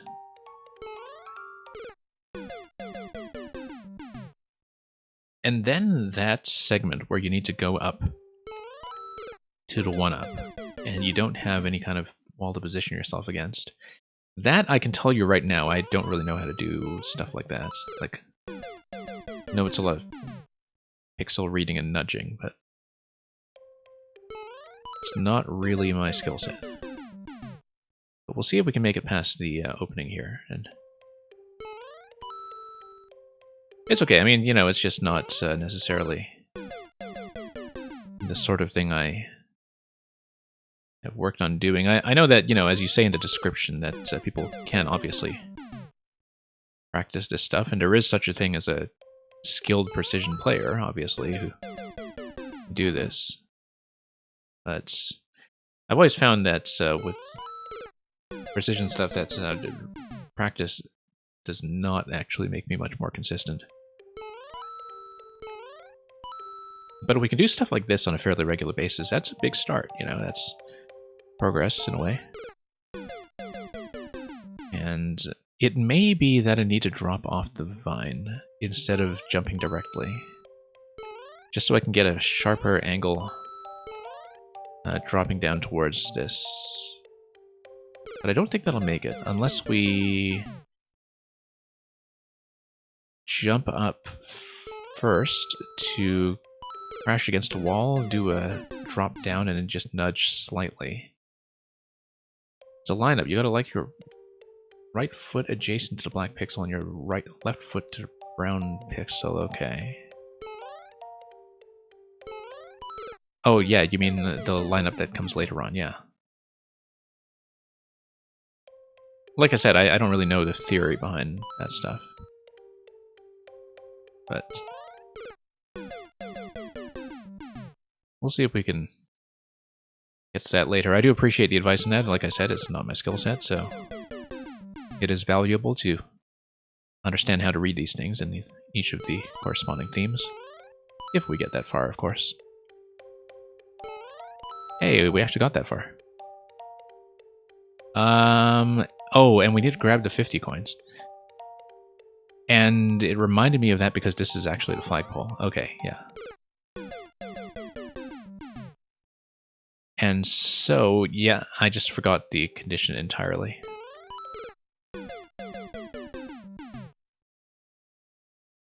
That was sort of unexpected that it made it over there in the first place. But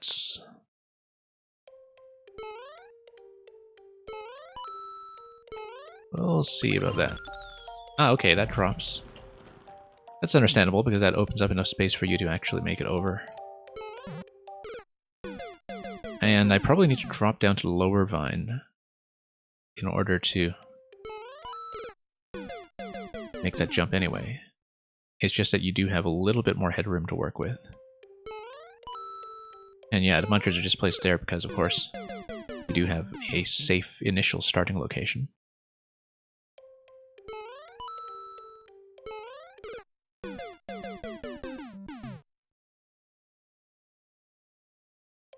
Okay, whoops.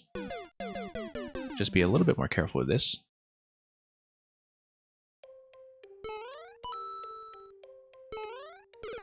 Yeah, because we can still do the same interaction that we did before by going left side first.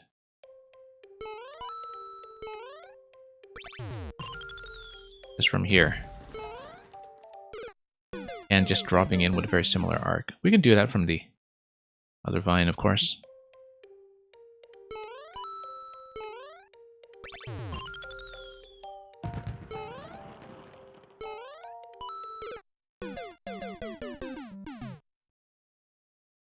And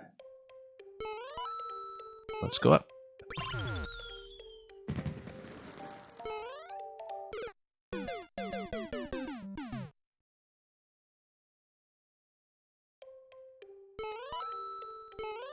All right, let's hit this.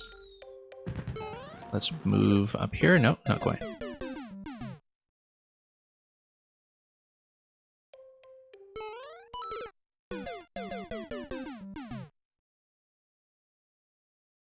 But yeah, clearly if I just recreate what I was able to do so far, I should be able to at least get up to the spot we were talking about under 1-up, and then we'll see if we can actually take your advice.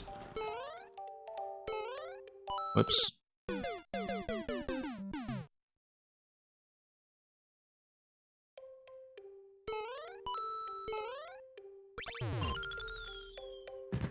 Okay, here we go.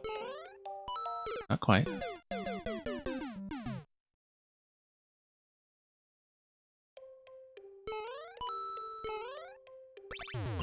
Grab this over here. Okay, same idea as before. We can actually go directly across. I just need to aim a little bit better. Was able to do it. Was actually surprised last time that it went as well as it did. Yeah, I'm actually not on a controller that would let me zoom right now because I'm just on the Super Nintendo pad. If necessary, I can swap over to my Pro controller if I really do need the home button for the magnification. But that is a good piece of advice for sure.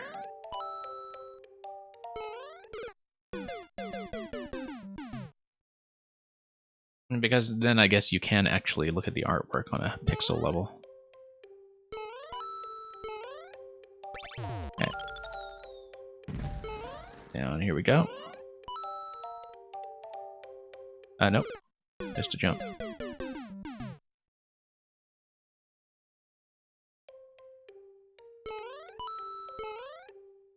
And up we go.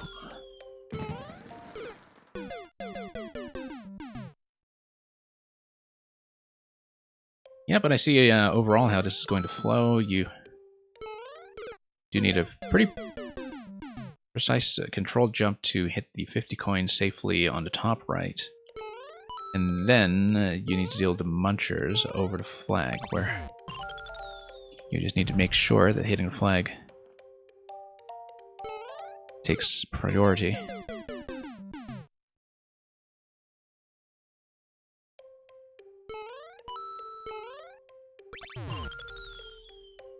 Okay, down we go.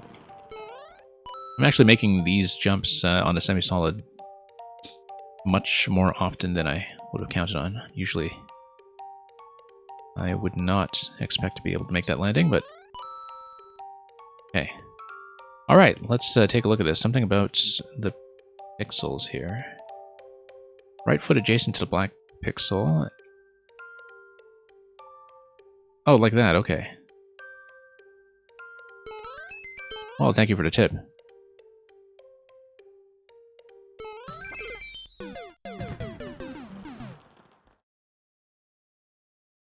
Yeah, looking at it by color actually helps tremendously. I guess, you know, that's something that you would have to learn theme by theme, depending on how the ground tiles are actually decorated. But yeah, thank you for that. I would not have been able to do that without that very specific advice.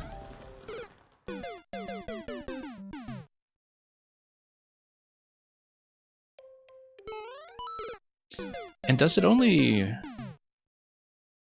work with a certain facing direction, or is the collision going to be different either way? In your opinion, the 50 coin on the top right is the hardest jump. Yeah, I can see why it might be. It looks very unassuming, but you need to just barely touch it. And also understand how much height you should be putting into that in order to have enough space to correct your landing, so...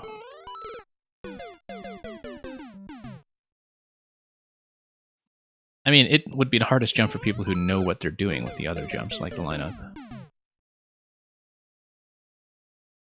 So, let's see here. No, let's go down left side first, of course.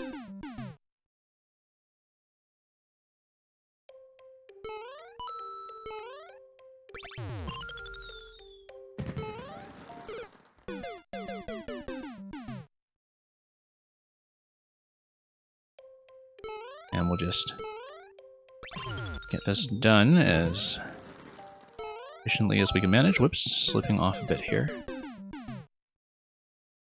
Yeah, with all those death markers that are on the right side, I actually think I'm doing a lot better on that first jump than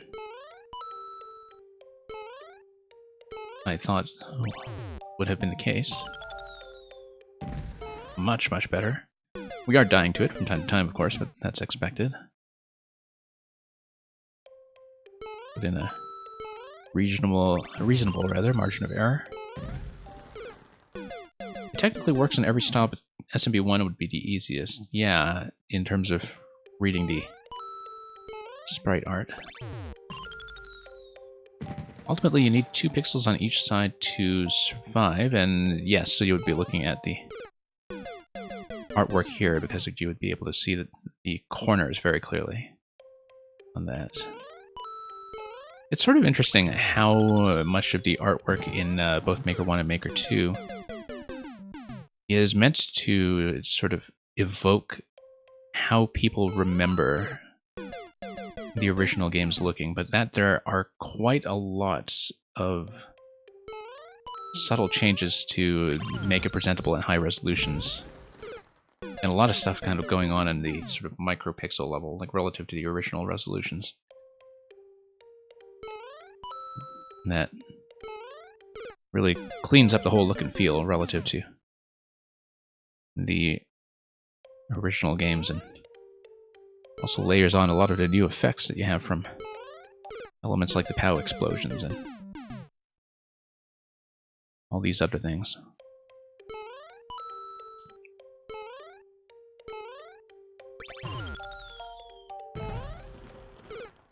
Yeah, basically, like, you know, SMB1 in Mario Maker looks like how you would have remembered SMB1 in the distant past.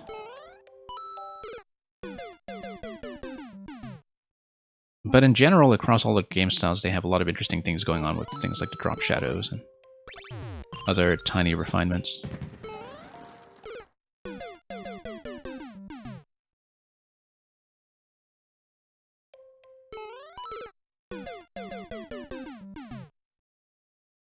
Okay, let's take a look here, and let's just... Whoops. See if we can clean up that first bit.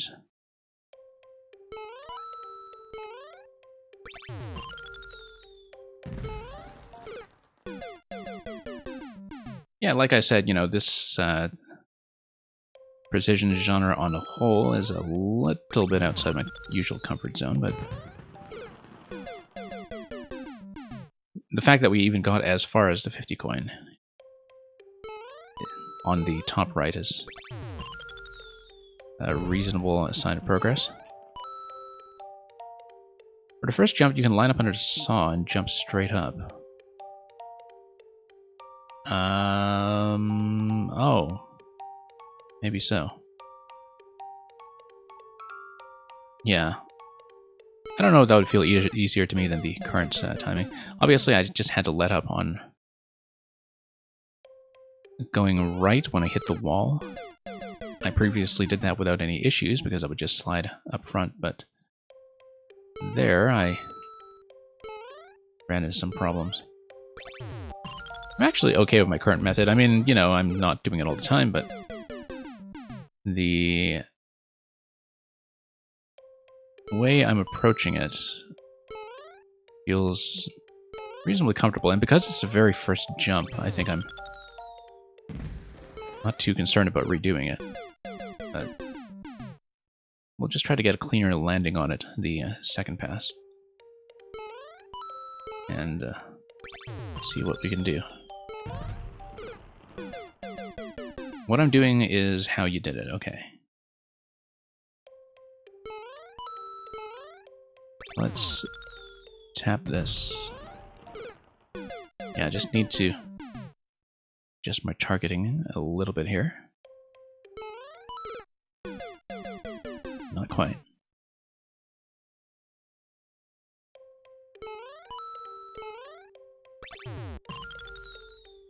Okay.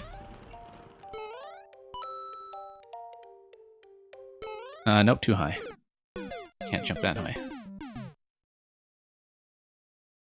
A nice light tap should do it.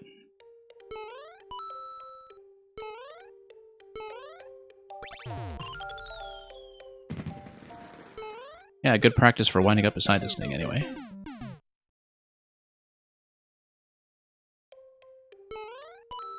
We'll give this a few more attempts, but the important thing is we learn things today, and that's always nice to say when you're walking away from an experience that was not quite cleared. Not even close to cleared, actually.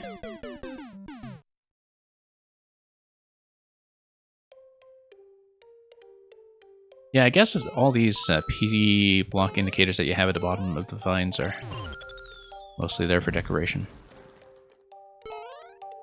Yeah, it does look kind of nice, like you have these fruits that are dangling on the ends or something.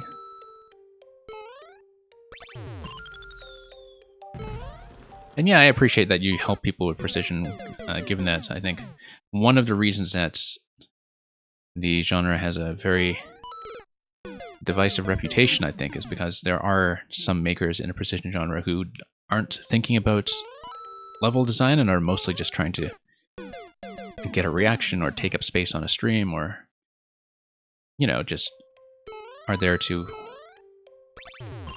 watch people suffer a little bit and squirm. But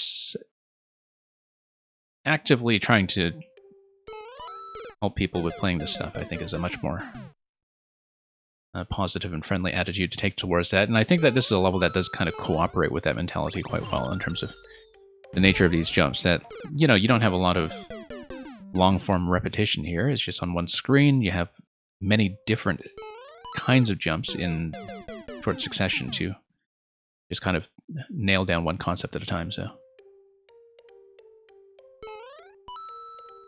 yeah, I'm not going to run into these things in Endless because I actually don't play Endless. I haven't played Endless since, I want to say July 2019. There are too many good levels in this game that I would rather queue instead. And so I just never make time for Endless anymore. But someday, if it comes in handy, it will be something to keep in mind, especially if other people are submitting me precision stuff along the way. I think we are kind of crashing against this, though, but like I said, we learned something today, so I think that was within reason for my current level of comfort with this. I am kind of curious about the 17 clears here, just out of curiosity. Yeah, not really too surprised at some of the names I see here.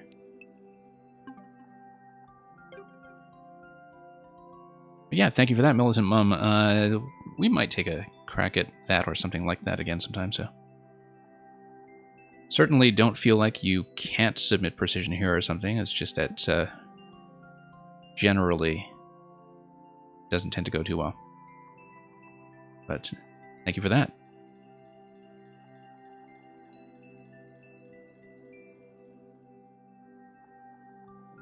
And that was a loss.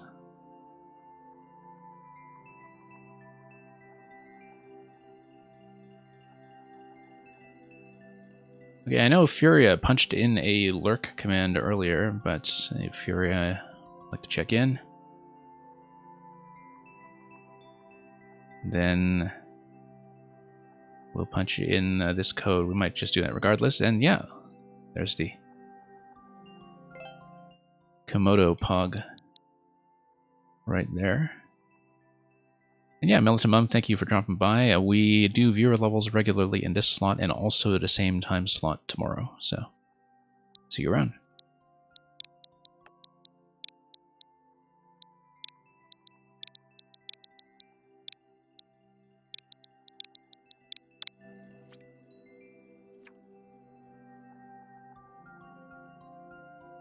Okay, Zelda Dungeon, Sacred Forest. Link explores the Sacred Forest in search for the Korok Seeds. Good luck. Love the, of course, Wind Waker / Minish Cap era design of Link that's being evoked by the pixel art here in the thumbnail. Let's take a look. Maybe this will go a lot better than the Zelda Dungeon we saw earlier. It is a clear condition level, so we'll be within the bounds of one segment as we attempt to grab 5 coins. Down we go. And, oh, that's a tree. Okay. I have seen a tree decorated like this before from one other maker. I'm trying to remember who it was. But I remember the first time I saw this kind of silhouette done with tracks and E-blocks, that it was quite striking. This is only, I think, the second level that I've seen use this specific artistic concept. Also, I noticed that this can be broken with a bomb with good timing. And hopefully that doesn't actually lock you out of somewhere required. But you can definitely break that with a bomb. Oh, it totally locks you out if you don't have another way up here. Actually, you could probably ride Buzzies up here from the other side, so maybe you're not totally cooked. I'm curious. Let's drop down. That looks like a whole series of bombs waiting to happen.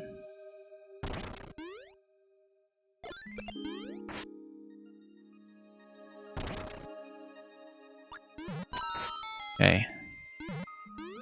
And we should actually hit some of those question blocks in case they also contain coins, but I think it's fairly established at this point in this level that the required coins are denoted by the track squares, and that the question blocks are just going to be refresh points for the Master Sword. Okay, key here for the key door. Let's not do that yet until we've had a chance to look around a bit more. I'm going to snipe that guy. 360 no scope, apparently. And we won't tap any more question blocks because we know those are unlikely to bring us any required coins. This is kind of an interesting location for one, though. Probably should have explored the key door earlier, but that's okay. Well, backtrack is necessary. It looks like we could potentially grab that key and bring it over to this door if we wanted. But no point in doing that because the keys are respectively matched anyway. Let's get up here.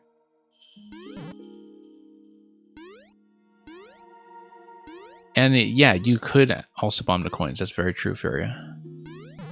When it comes to coin conditions, that's often something that's going to be a risk. So I'm going to see if we missed anything out in the wild here, or if we... Whoops. Should just take one of the key doors right away. Oh, look at this guy. I don't think I've seen him before. Oh, this was, yeah. New segment. So we see two different keys and two different entry points, and I wonder what that is all about. Whether it's a choice of end bosses or something else. Okay, flagpole over here, but it's... Yeah, as you can see here, we have the condition, but the top of the flagpole is disguised, and we have something else going on the right side with the clouds, and so I'd rather see the other key door first before we proceed.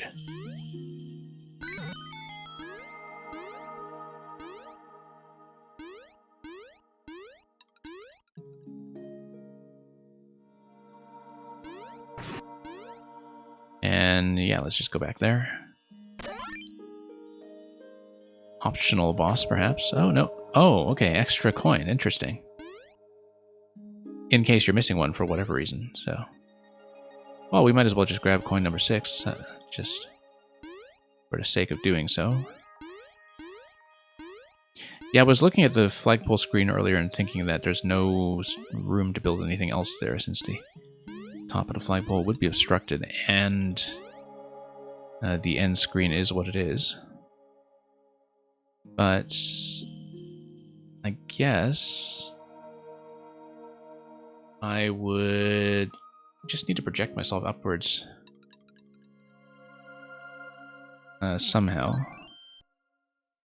Maybe not like that. Let's throw this way. Nope. And yeah, you were just saying you're meant to balance a seesaw with a bomb. I am trying to do that. We'll need to get right on the edge here first, I think, on the ground tile.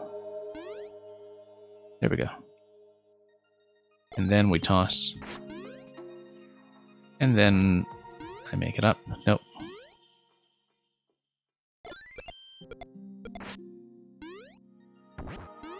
So yeah, interesting that you have this extra buffer coin here. Sort of makes me wonder what the optimal route would be in terms of trying to speed through this, because we would actually have some flexibility in terms of routing.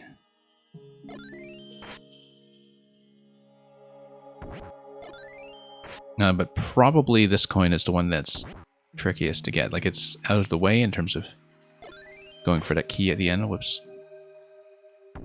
And also this finicky little interaction here. Whoops. Drop that right through. There we are. Okay. Moral victory obtained. Let's go back. Possibly there are even more, but always nice when the potion falls through the thingy bob, yeah. Actually, the bomb falling through the seesaw, but I think the principle is pretty much accurate. And yeah, I hope you're doing well, Suarcall.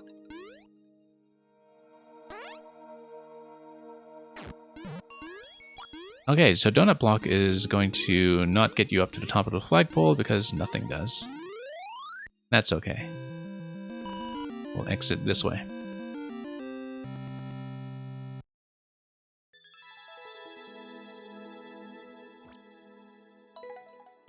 So yeah, thank you for that suggested level from Furia. Let's mark that as a win. So at this point, I've cleared the queue, but I'm a little bit ahead of schedule. So if there's anyone who has not previously submitted a level to this stream, I will do one quick bonus round if anybody has an additional code that they want to pop in. Preferably not something super, super long. And if nobody's interested, then that's okay. We'll cut off from here and pass you on. But I do have time for one or two more, so. Because we usually run about 4 hours for this stream. So I'll just give you folks a minute to dig up anything. And pop it in. And if not, then we'll just put it off until tomorrow's session. And yeah, you would have something if you played at all. Yeah, that's the thought that counts.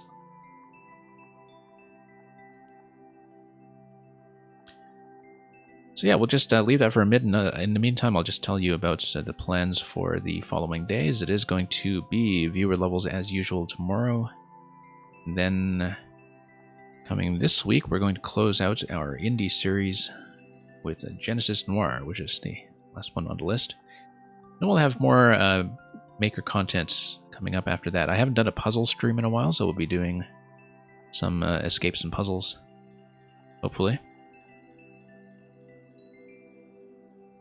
And some other content will be coming our way, so I guess in the absence of any other submissions, we'll just close up for today. And we will search around for a raid to pass you on to. Usually somebody who is also doing Mario Maker. So just give me a moment, we'll search for somebody, and we'll pass you on. And in the meantime, thank you so much for all the submissions today and for the patience of everybody in queue. We'll be back tomorrow. Thanks for watching. Have a good night, or good morning, or... Meng, you know what? Hang on. Oh, you just got here? Yeah, we just closed up, and... That's okay, Meng. You send me stuff that takes long enough that we'll invite you back tomorrow. Thanks for watching. Have a good day. Fare thee well.